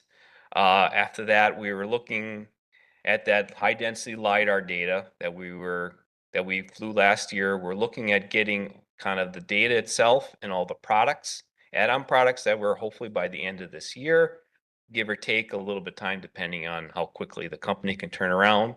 When we get that data, kind of the plan is to put a request for proposal for a consultant, kind of, and then select the consultant, give them about a 6-month window to perform this study, to kind of look at the watershed. We do some quality control and then hopefully have a final product kind of for us to be by the end of 2027. The grant goes to the end of 2028 so that if some steps in there slow down, that there's some ability to work within that.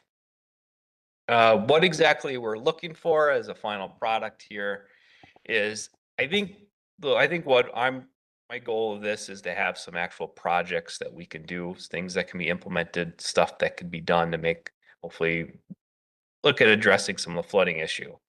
And I'm looking at the consultant be able to kind of provide like a cost benefit analysis of where we can most cost effectively connect the streams to floodplains, hold more water back and store somewhere else, of kind of just that right intersection between what's cost effective to do and what's practical to do, and provide good list, punch list, ranking of it, of what exactly we can look at trying to do over the next couple of years.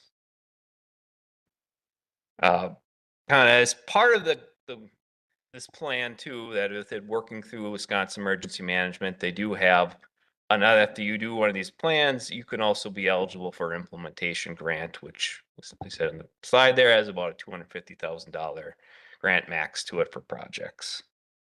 So I think that gets to the end of it. I know I kind of rocketed through that. I know it's getting to be about 7 o'clock on a Wednesday night. So, but I'm kind of here and available and answer any questions you may have. I got my email and contact information there if anyone's got any questions. Great, Bob? So what I heard what you said as far as the end product is. Are you, maybe just to put it in my terms, are you looking for pinch points on these waterways that create the backups? I think yes, and kind of probably yes to all that, is they're trying to just get a better idea of where water flows, where you can store it more areas for storing it when you have these large storms, that it's not causing kind of those erosion issues further down, stream bank erosion, flooding problems, carrying nutrients and everything else further So downstream. you're trying to slow up the runoff Mhm. or detain it, but then you're also looking at the conveyance component of it. Yeah, right? I think that's part of where the FEMA floodplain maps is, they do have the modeling that's behind that does account for the flows to those. And that Great Lakes stream crossing inventory is going to provide some of that similar information too, of how the stream, if the stream is being bottlenecked at all by that particular crossing. So in a perfect world, maybe we can reduce the amount of flow that's going to the Menominee River, and so we don't see such high points, which backs up our Jefferson ditch. Yeah, or you have a tributary to it that's better able to kind of get flooded when it's have these big storms, that it can flood out of the banks. It can sit there for a little while and a little more slower make its way downstream. And optimistically, this is like 5 years down the road before we'd see anything happening, I would assume. Yeah, these are more, I'd say, longer term projects to kind of work on. I mean, it's some of it too is like our work is a lot with like private landowners. It'll be some of it will be willingness of people to work with us in the countryside, kind of ability to be able to provide grants too for the people to implement these projects on their private land too. But we've worked with people. We've had some success with working with people on projects, and maybe not large scale floodplain management, but stuff on a smaller scale that I feel like we could scale up on, or provide opportunity for hiring a private consultant too. Thank you for your presentation. Mm-hmm. Hey, Jan?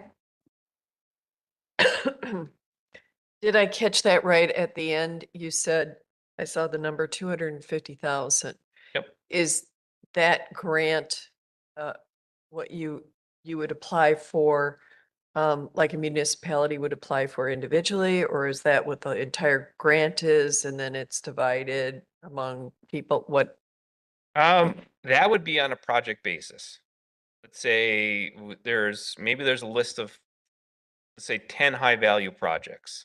Yeah, Maybe 5 of those would be something on like private landowners that could be okay. maybe more something our office would be more hands-on, and maybe Sure. 5 of them would be something that would be more within like the jurisdiction of the village.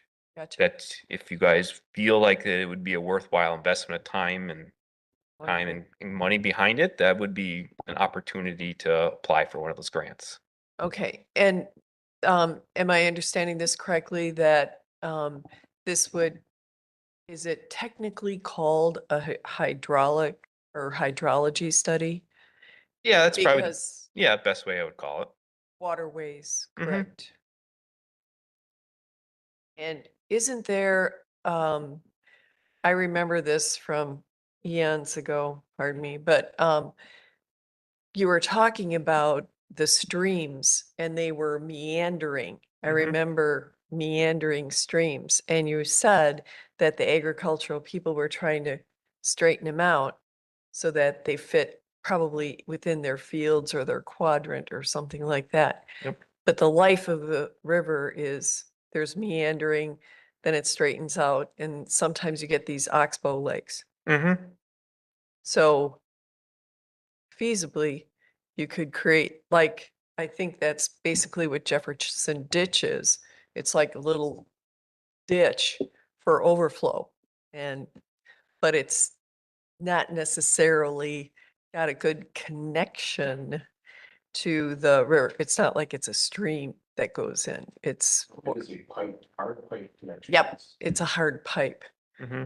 which is different, a little different. Mm-hmm. So, okay, that was just a thought. Any further questions, comments? Anybody from the audience, question or comment? Hi, thanks for coming. You're welcome. Okay, I have a couple of questions and a comment. It sounds like MMSD may be motivated to provide some money too for grants, since they only have a certain amount of capacity and apparently can't do anything for a while. So just an observation.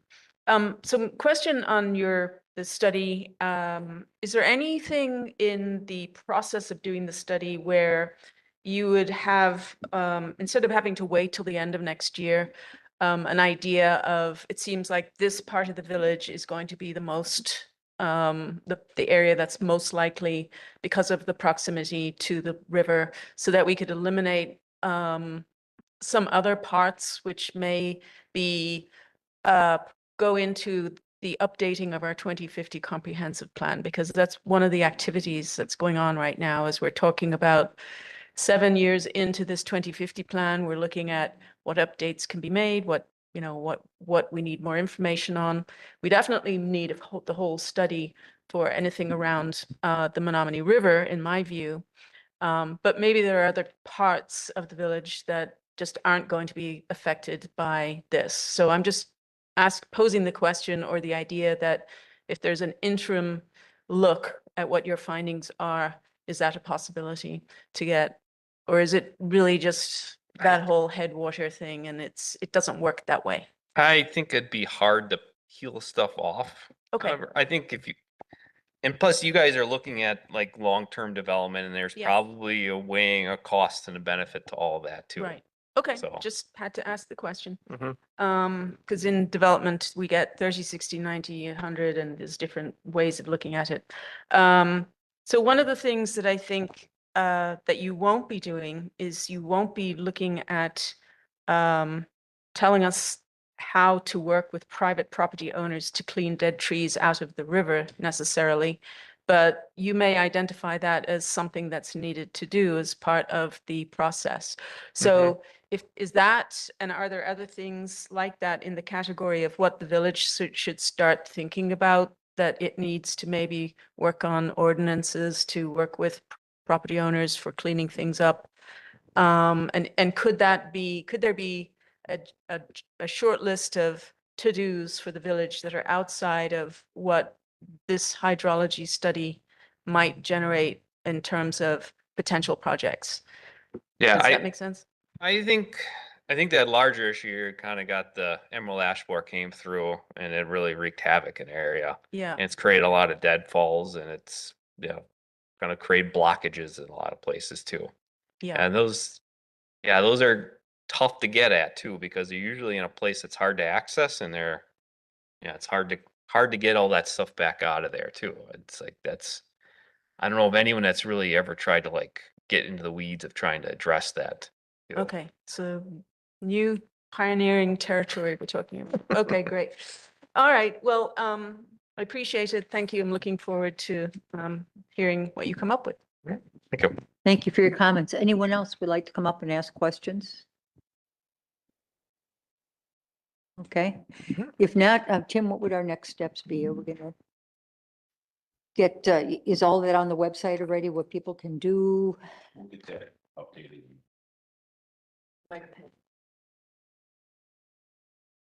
We'll get that updated and on there. Yep. Okay, I guess we're gonna move on then unless anybody has further questions or comments. Please come up.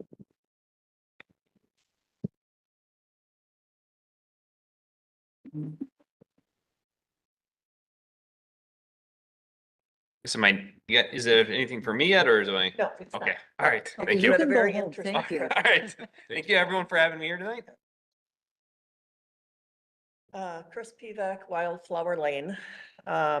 So not to beat the Jefferson ditch to death, but I'm the person who sent the email. I called them ponds because I've lived here 5 years. I know they're not my personal ponds for my viewing pleasure, but you cannot find what they're called anywhere. I have looked online. I have never seen it. So they're not on any maps, et cetera. That's why I call them ponds. I brought up the issue of the lily pads, and I understand they may not, or they're a sign of good water quality. I get that. And I also understand your point as to when the Menominee River rises and these things happen. But, you know, given that our properties abut them, I'm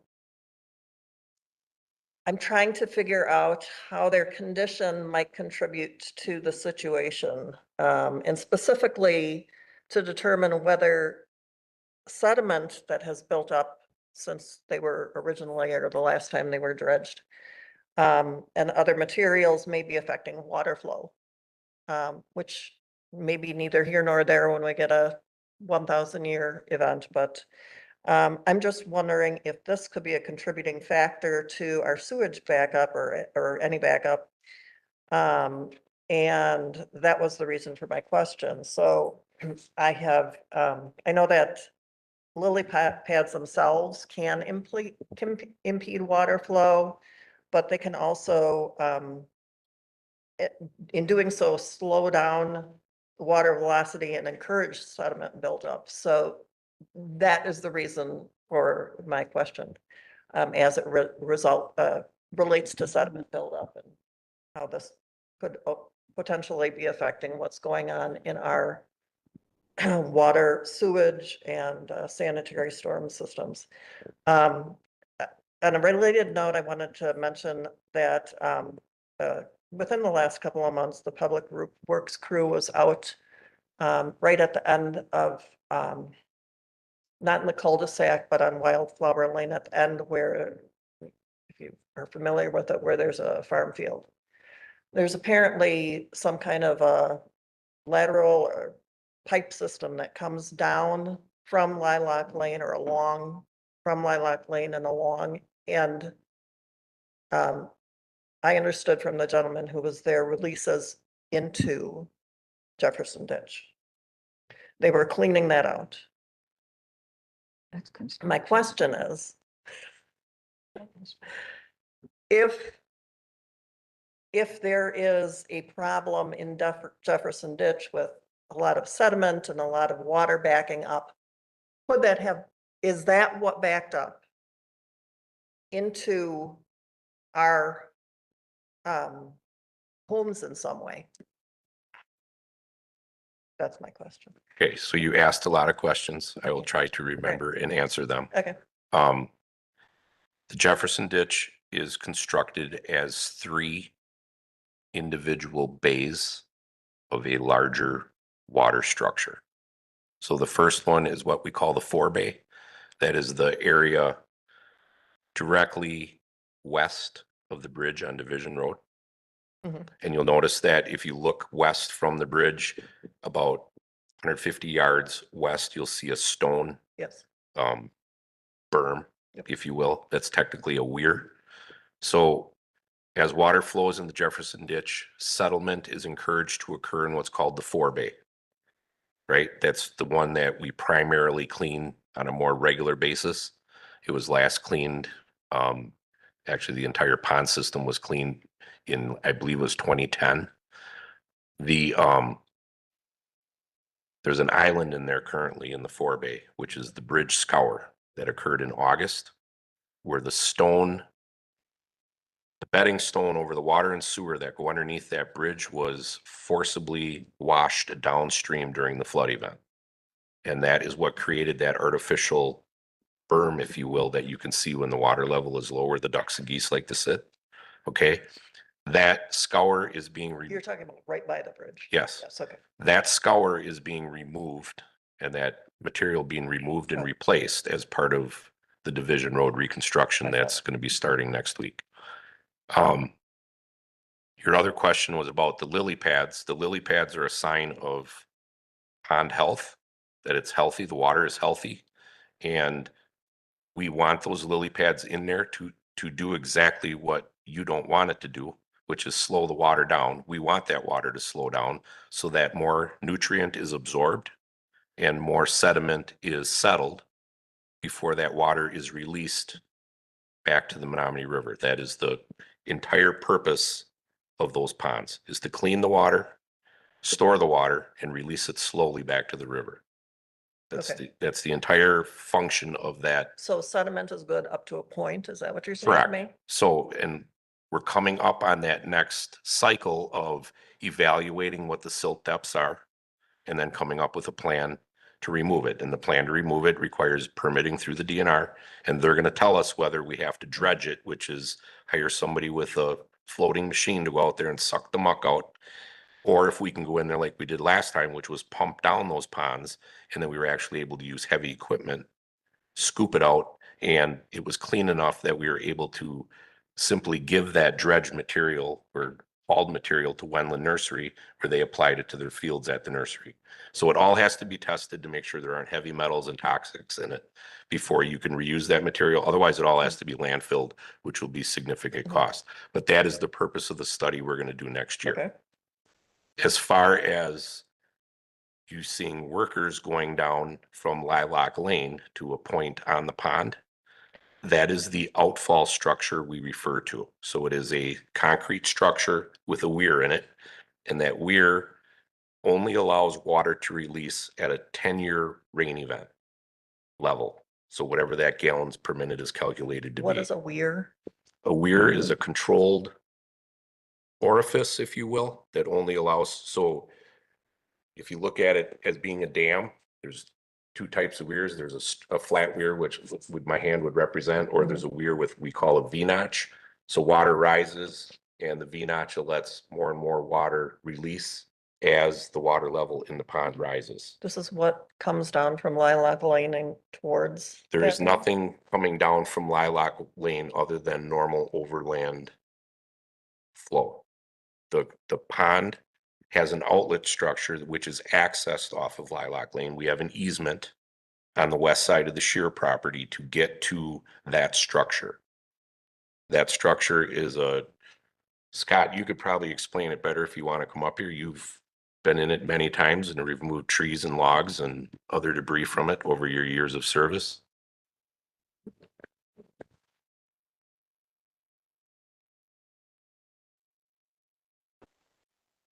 Good evening. Yeah, the control structure that Tim's talking about does capture debris. It's got screens in the front, it's got screens in the top, obviously to keep people out of it and animals and all kinds of other debris that can get in there. During events like we experienced, our staff is out. Our staff was here along with utility staff that night. And that control structure is something that we look at on a very regular basis. After any significant event, there's always debris that falls on that. And so that was cleaned out after. As a matter of fact, I'll elaborate. I think the work that you're talking about on Wildflower, I was the one that went back to look and clean the control structure that day. And what I observed was the water wasn't shedding off of the end of Wildflower into the ditch that's around there. So I actually had our crew go out and shave that high edge down. Most of that was just debris from plowing over the years, and the grass was built up, so the water was sitting on the road. So the primary point of us going out there, and I think that's the last thing you were asking about, was just to clear that sediment away from the edge of the road so the water could shed off and get into the ditch and escape, rather than wreck the pavement, which would have happened over time. There's no connection. There is a culvert that runs underneath the end of Wildflower Lane. And just, I had them clean the end of that out as well, but that has nothing to do with, it's just carrying water, it's conveying water from one side to the other of the dead end of Wildflower. So from the outfall structure on the west side of the ponds, it is then rigid piped with several access manholes.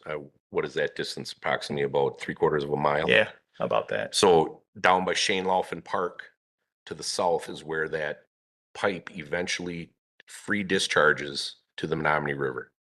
And I had Scott go back there after the April rain event, and he took photographs, and the height of the river during that event was 3 to 4 feet above the top of that outlet pipe. So there was potential that during that rain event in April, the Menominee River was high enough that it could have actually been backing up into the Jefferson Ditch. So there was a lot of water already in the pond at that time of that rain event. Oh, right. See something and it makes me question something, so I appreciate the answer. Yep, and we're always available in Public Works. If you have questions that come to mind while you're laying in bed tonight and you call tomorrow, we'll help you figure them out and get you an answer. Anybody else? Okay, if not, I don't know what our next steps would be.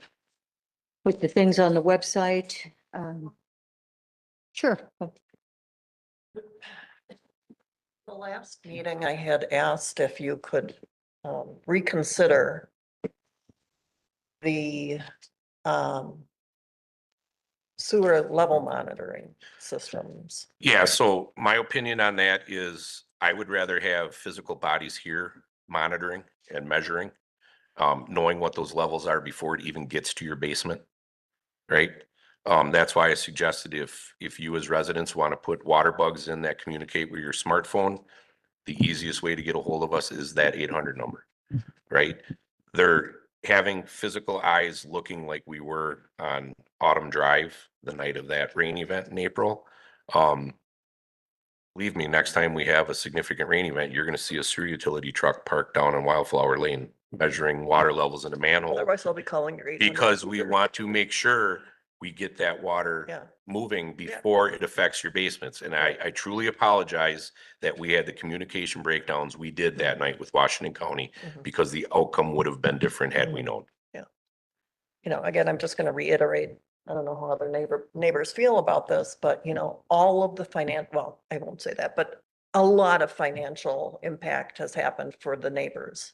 We've put hundreds of thousands of dollars, at least collectively, into remediating what has happened. And so if there is anything that can help the village catch things before they happen, as opposed to, again, putting the onus on us to get something to measure something in our basement and calling it in.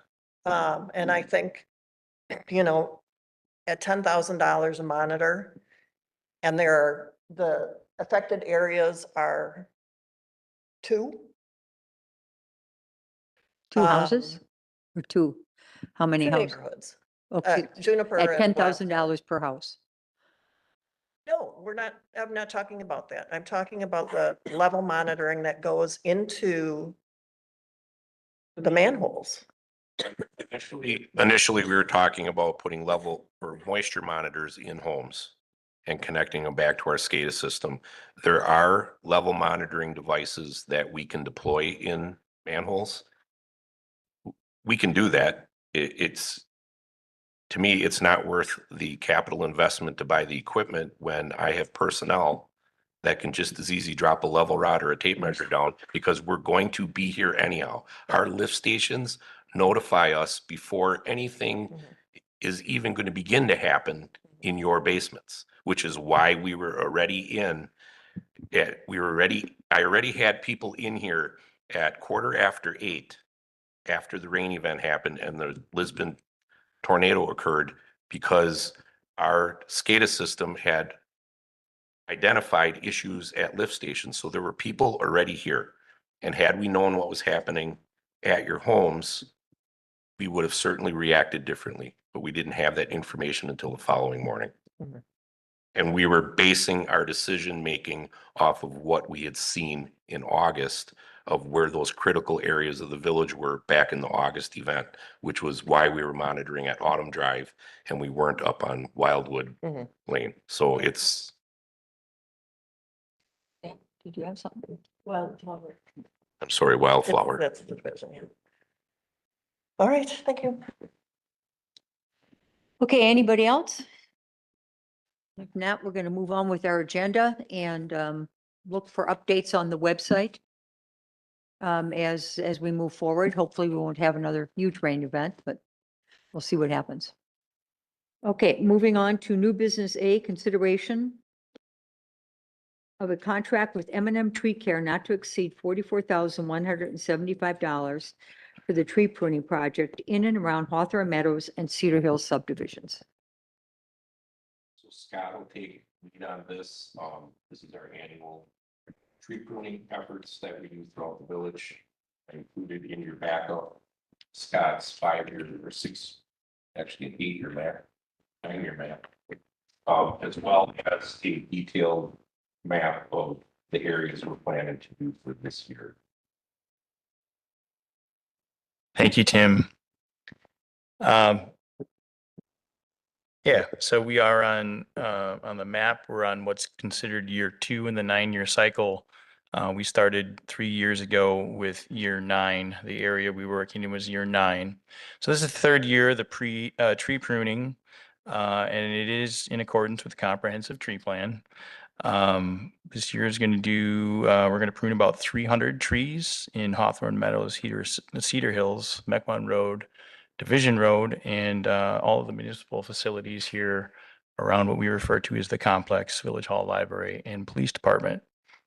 We went out for bid with specifications that are in accordance with ANSI A300, which is an industry standard for pruning, and also adopted within the comprehensive tree plan. The bids came back and are outlined here in the backup. And staff is making a recommendation to move forward with M&M Tree Care in an amount not to exceed $44,175. And to forward this request on to the village board with positive recommendation.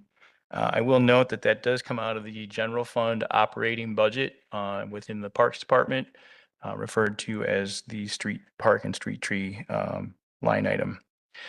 I do also want to note, we're bringing this here in August. Typically, we've brought this a little bit later in the year. There's what I think is a good reason for that. I'd like to convey that to you guys as you make your decision. For the last couple years, we've been talking about a 5-year planting cycle, and we just completed year 3 of the planting cycle. And we've been talking for years about closing the vacant planting sites. Over the last couple of years, we've noticed that there have been remaining dollars in the budget, in this budget line item. And so the goal here this year is to get this project on the books, get it approved, and we know what the dollar amount is, and we can start doing some reverse math and know what that line item is going to have into remaining in it, I should say. And then our goal is to come forward with a small fall tree planting project yet again this year, try to use those dollars and close those vacant planting sites rather than, looking at the end of the year and wishing we had the time to do something. So we're just trying to take advantage of the time and bring this project forward a little bit sooner. Happy to answer any questions if you have them. Committee? Jan? Thanks for doing this early. And it looks like really good pricing. I mean, from the number 3, it's $10,000 savings. So that's significant. So thank you for that. And the only thing that I want to mention is the tree pruning. It looks like on this second map that you gave us, Tim, it's in blue. It's the streets with the streets. It looks like it's got Kingsway Court in here. That's the same subdivision, I think, that's being resurfaced, isn't it? Yeah, so just be mindful of that. I don't know when they're starting. But they could, if this is approved, they could start any time. Is that correct? Yeah, typically this is a late September, fall over the Late winter fall? project. Okay, all right. And it is the operating fund. This is out of the regular budget, correct? That is correct. It's a general fund operating budget. Those are my questions. How much should we budget for this, Scott? You know, the overall line item is in the 155 range. If you Okay, remember, some of you're that was capitalized, some of it's operating. This will all come out of operating and it falls well within the dollar amounts that we're talking. Entertain a motion? Make a motion to contract with M&M Tree Care to prune all street and facility trees as outlined in the bid documents in an amount not to exceed $44,175 and to forward this request onto the village board with a positive recommendation. Have a second? Second. Comments? Good question. Jim was here to say Okay. it. The 44,000 is for this year's work? I'm just confused. It's a 9-year plan. What is the 44,000 for this year? Yes, that's correct. So the 9-year plan, this is just year 2. So we're in year 2 for pruning. So if you look at the map with the 9 years on it, each year we'll bring a project forward. And our goal is to always just be continually pruning trees. By the time we get through the 9-year cycle, the ones we did 9 years ago are ready to have it again. So All right, thanks.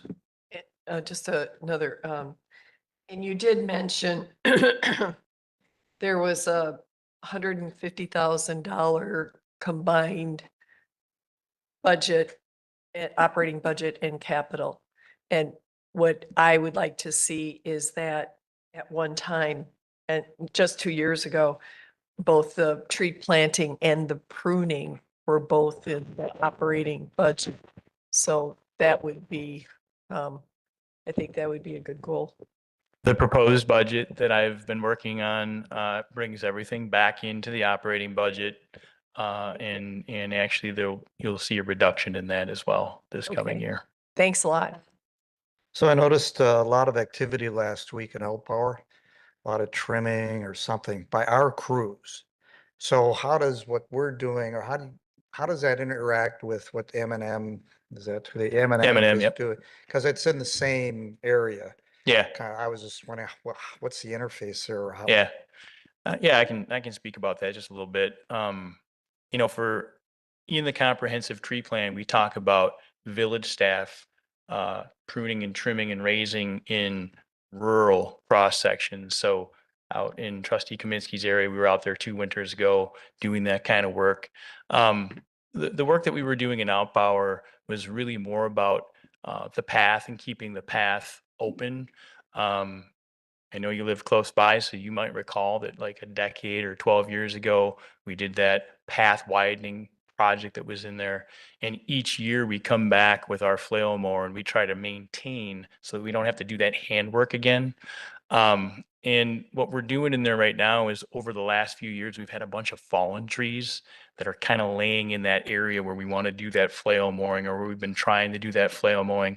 And so the crews that are out there are working to try to keep that area clear so we can get in and do that mowing more than anything.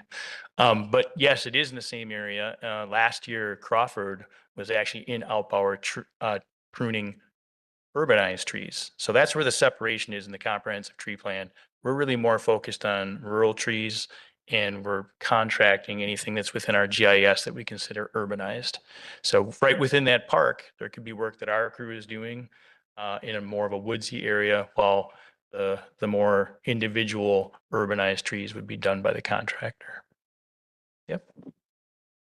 Have a motion and a second. Any further discussion? Hearing none? Jan? We'll vote. All in favor? Aye. Opposed? It's unanimous. Thank you very much. Thank you, Scott. Moving on to B, acceptance of well two generator replacement. So this was a budgeted item in the water utility, was to replace the well two generator. That work has been completed. It's been accepted by the water utility, and our consulting engineer, Foth, who had oversight on the project, has signed a notice of acceptability of work. Paul wanted me to make sure that the committee knew that the project came in almost $16,000 under budget by being able to reuse the existing concrete pad at the site. They deployed some ground penetrating radar, and the amount of rebar within that slab was sufficient to support the new equipment, so we didn't have to pour a new slab. So this is just a typical acceptance of improvement like we do for any project that is approved by committee that is capitalized. Entertain a motion. I'll move to recommend approval for the well two generator project. with the Second. Warranty. I'll second. Bob, comments, anything? I have a question. Yeah. What would have been the, I'm just trying to get perspective. That's great that we got some savings, outstanding. What would have been the total project approximately? I don't remember. I don't know Oh, those okay. numbers offhand. Oh, okay. Just wondered. I have a motion and a second. Further comment? All in favor? Aye. Aye. Opposed? It's unanimous. C, amendment to section 11.08 of the Germantown Municipal Code relating to regulation of garbage and recycling items, recyclable items. Okay, so this item is brought to you because we have to adopt and modify our ordinance before the grant applications are due at the end of October. So July 1st of 2025, Chapter NR 544 Wisconsin Administrative Code was modified to add greater clarification and additions to the text contained within it. Most of the changes have to do with modifications to outreach and educational materials and the elimination of the per capita collection standard. The attached ordinance is aligned through format so it can easily be seen what has and is changing. And the village attorney was involved in the revision of the document. And our recommendation tonight is to recommend it as presented and amend chapter 11.08 of the Germantown Municipal Code relating to the regulation of trash and recyclable items. The long and short of it is nothing is changing in the village as far as where we collect garbage and where we collect recycling. It'll still be all single family up to 4 units, and the same with garbage. So other than that, it's more clarification on language updates within the ordinance. There is nothing of significance changing in the ordinance that would impact the way we currently are doing business. Just the underlying portions are the ones that Right. have the change.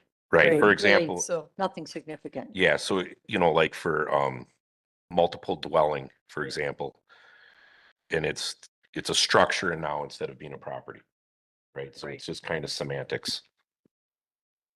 But I'll answer any questions if you have. Entertain a motion. Make a motion to approve the amendment to section 11.08 of the Germantown Municipal Code relating to regulation of trash and recyclable items and forward it to the village board with a positive recommendation. well, second. Comments, Jan?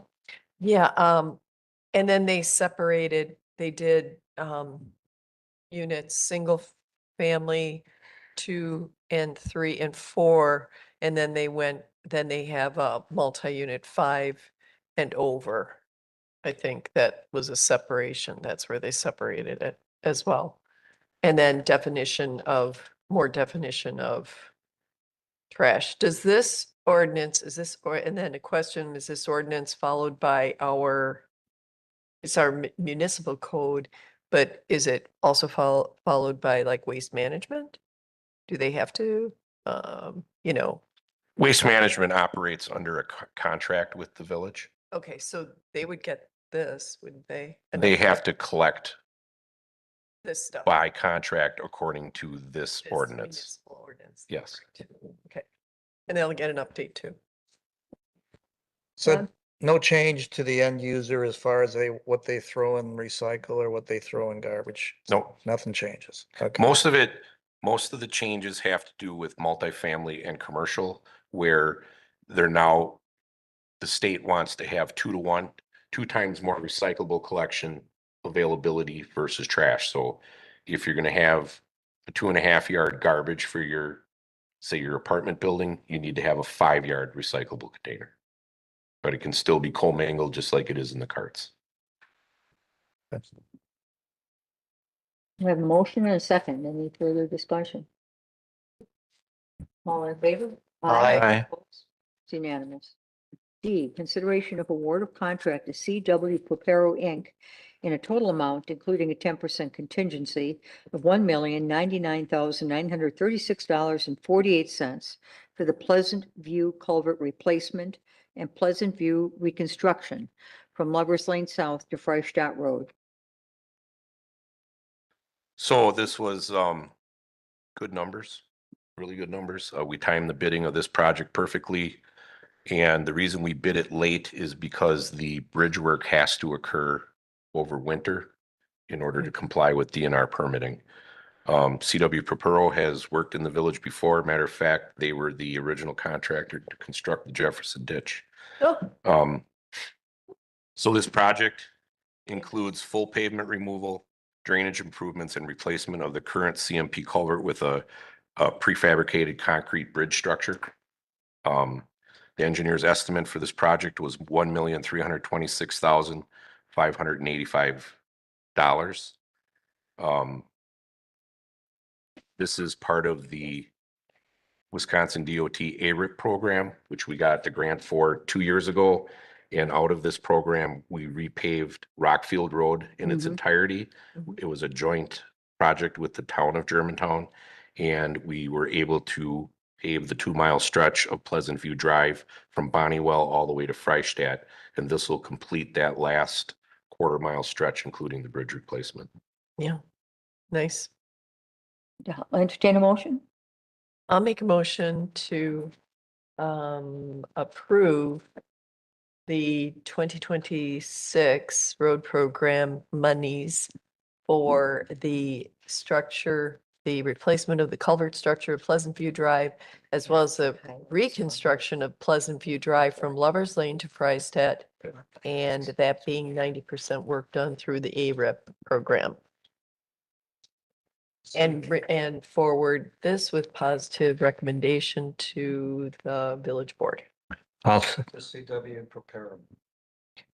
Oh yeah, the amount, the total amount not to exceed $1,099,936.48.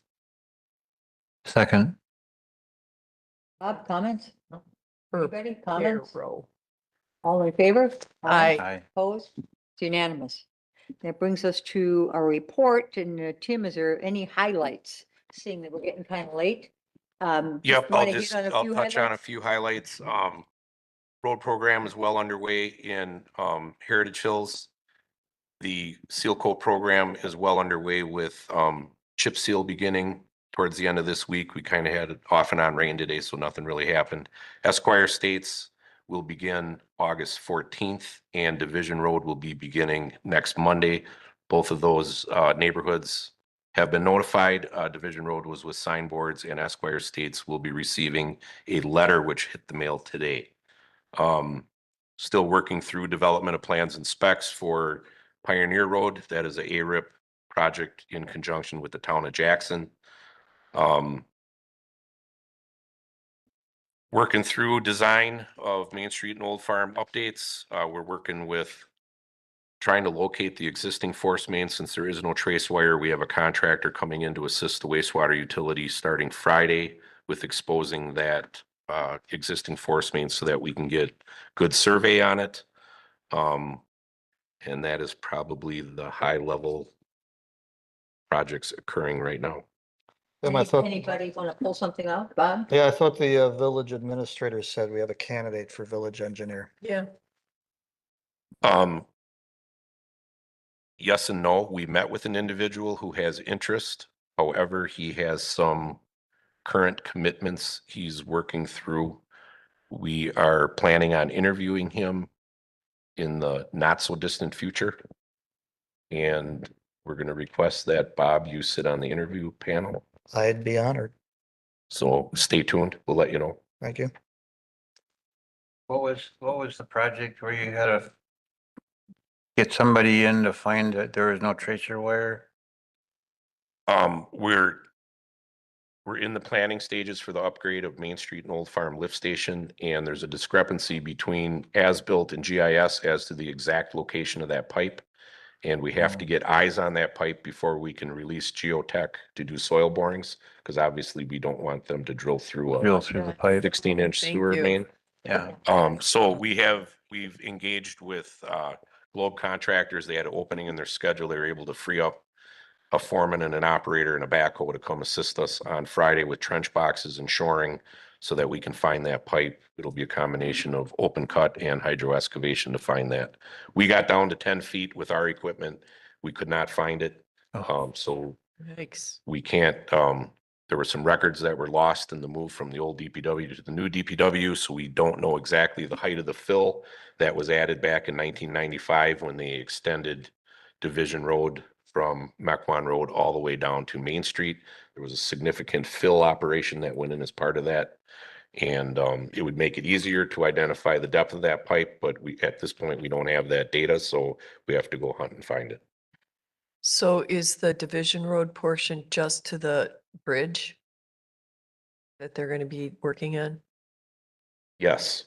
Just to the So the bridge? closure will affect anybody coming south on Mequon Road Yes. to about Old Farm Road will be the hard closure. Okay. And then, what about, the, Mequon Road? Isn't the state supposed to do Mequon Road here? Not this year. They're not. No, that's coming up, I believe, in 2028. It's on the village website under Oh. projects. I thought, We have a lot of property acquisition that has to happen before that project can go. There's about 80 properties impacted. There's What? sidewalk work. oh, sidewalk, okay. Okay, and then, the yard waste, it says that you transferred 600 yards of, compost. Yes, so we are not renewing our permit to operate the Main Street site. Oh, So all material from that site has now been removed okay, and brought over to the Town 9 site. okay. So we are in the process of decommissioning that site as a solid waste site. So, isn't there equipment there? There is one wheel loader there, and that Oh, was okay. what we were using to process compost at that site. So Okay, that'll can be, you just move it? yep. Okay, Has That's all. wheels. Yeah. Okay. I don't know anything- every machine. Anything further? Are we, is the DNR delay affecting our design for our lift stations? Are we getting to that point now? It's not affecting our design, but it's definitely going to be creating a bottleneck on approvals. So we are, So it is affecting our schedule.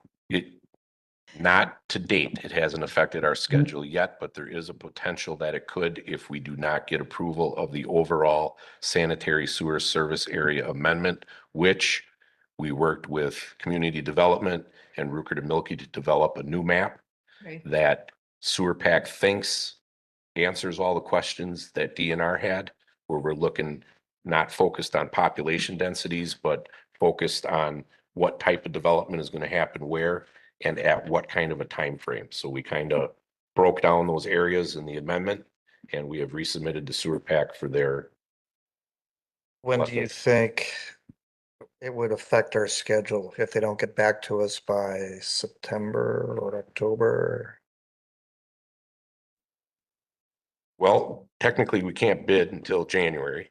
So I don't think if DNR has assured us that once the SSSA is done, that the sanitary sewer amendments for the lift stations will be fast tracked because they've already put eyes on them. They just Okay. can't approve them until the first piece is done. I don't, I think if we start hitting November without a decision on the overall amendment, then we're gonna start losing our timeline. All right. And there's nothing we can do about it really, No. is there? So there we go. Anything else? The apartments going in on Division, when does that start? It hasn't been approved yet. We're waiting on a, Approved as in what? well, you guys need to approve a developers agreement first of all. Plan and that's commission? Not even finished, so So we At don't have best- anything to do with that yet. at best, we're gonna be Yeah. bringing a developers agreement in September to go on to Yeah. village board in September. And until they have a developers agreement, they can't do anything. So we still do not have a properly designed set of plans, so Okay. But the project was approved by the board, right, to go No. ahead? no. Is that is that on your update? No, that we really shouldn't be talking about because it's not on the agenda. So, but we know it's not been approved, it has to come to village board. Okay, anything else that's already in our agenda or in the packet? If Culver's not, is we under will, construction. set a meeting date. Our next date would be, Wednesday, September 2nd, if that works for everyone.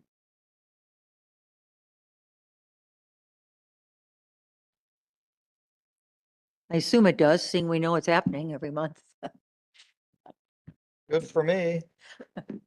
Okay, then that will be at the second at 5:30. And with that, we will adjourn at 7:46 PM. Thank you, everyone. Thank you. Thank you.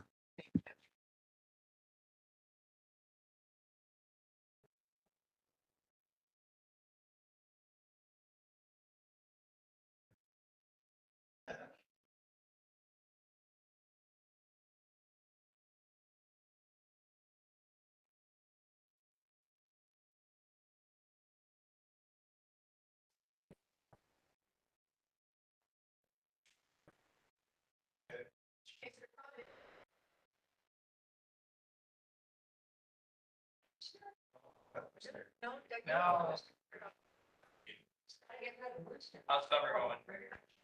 Good. Yeah. How's dog? Oh, she's on. Yeah. Yeah, I gotta tell you one 2 years ago, right? Probably told it out, sorry. No. That's Bluefield the cat, the barn cat, it's a lot. Look at that. And she's doing it wrong. And she is free. And the cat is, yeah, the cat is coming out, right? Is that 100? Really? Great training. He's just, Yeah. doesn't bark, doesn't wait. Thanks for asking.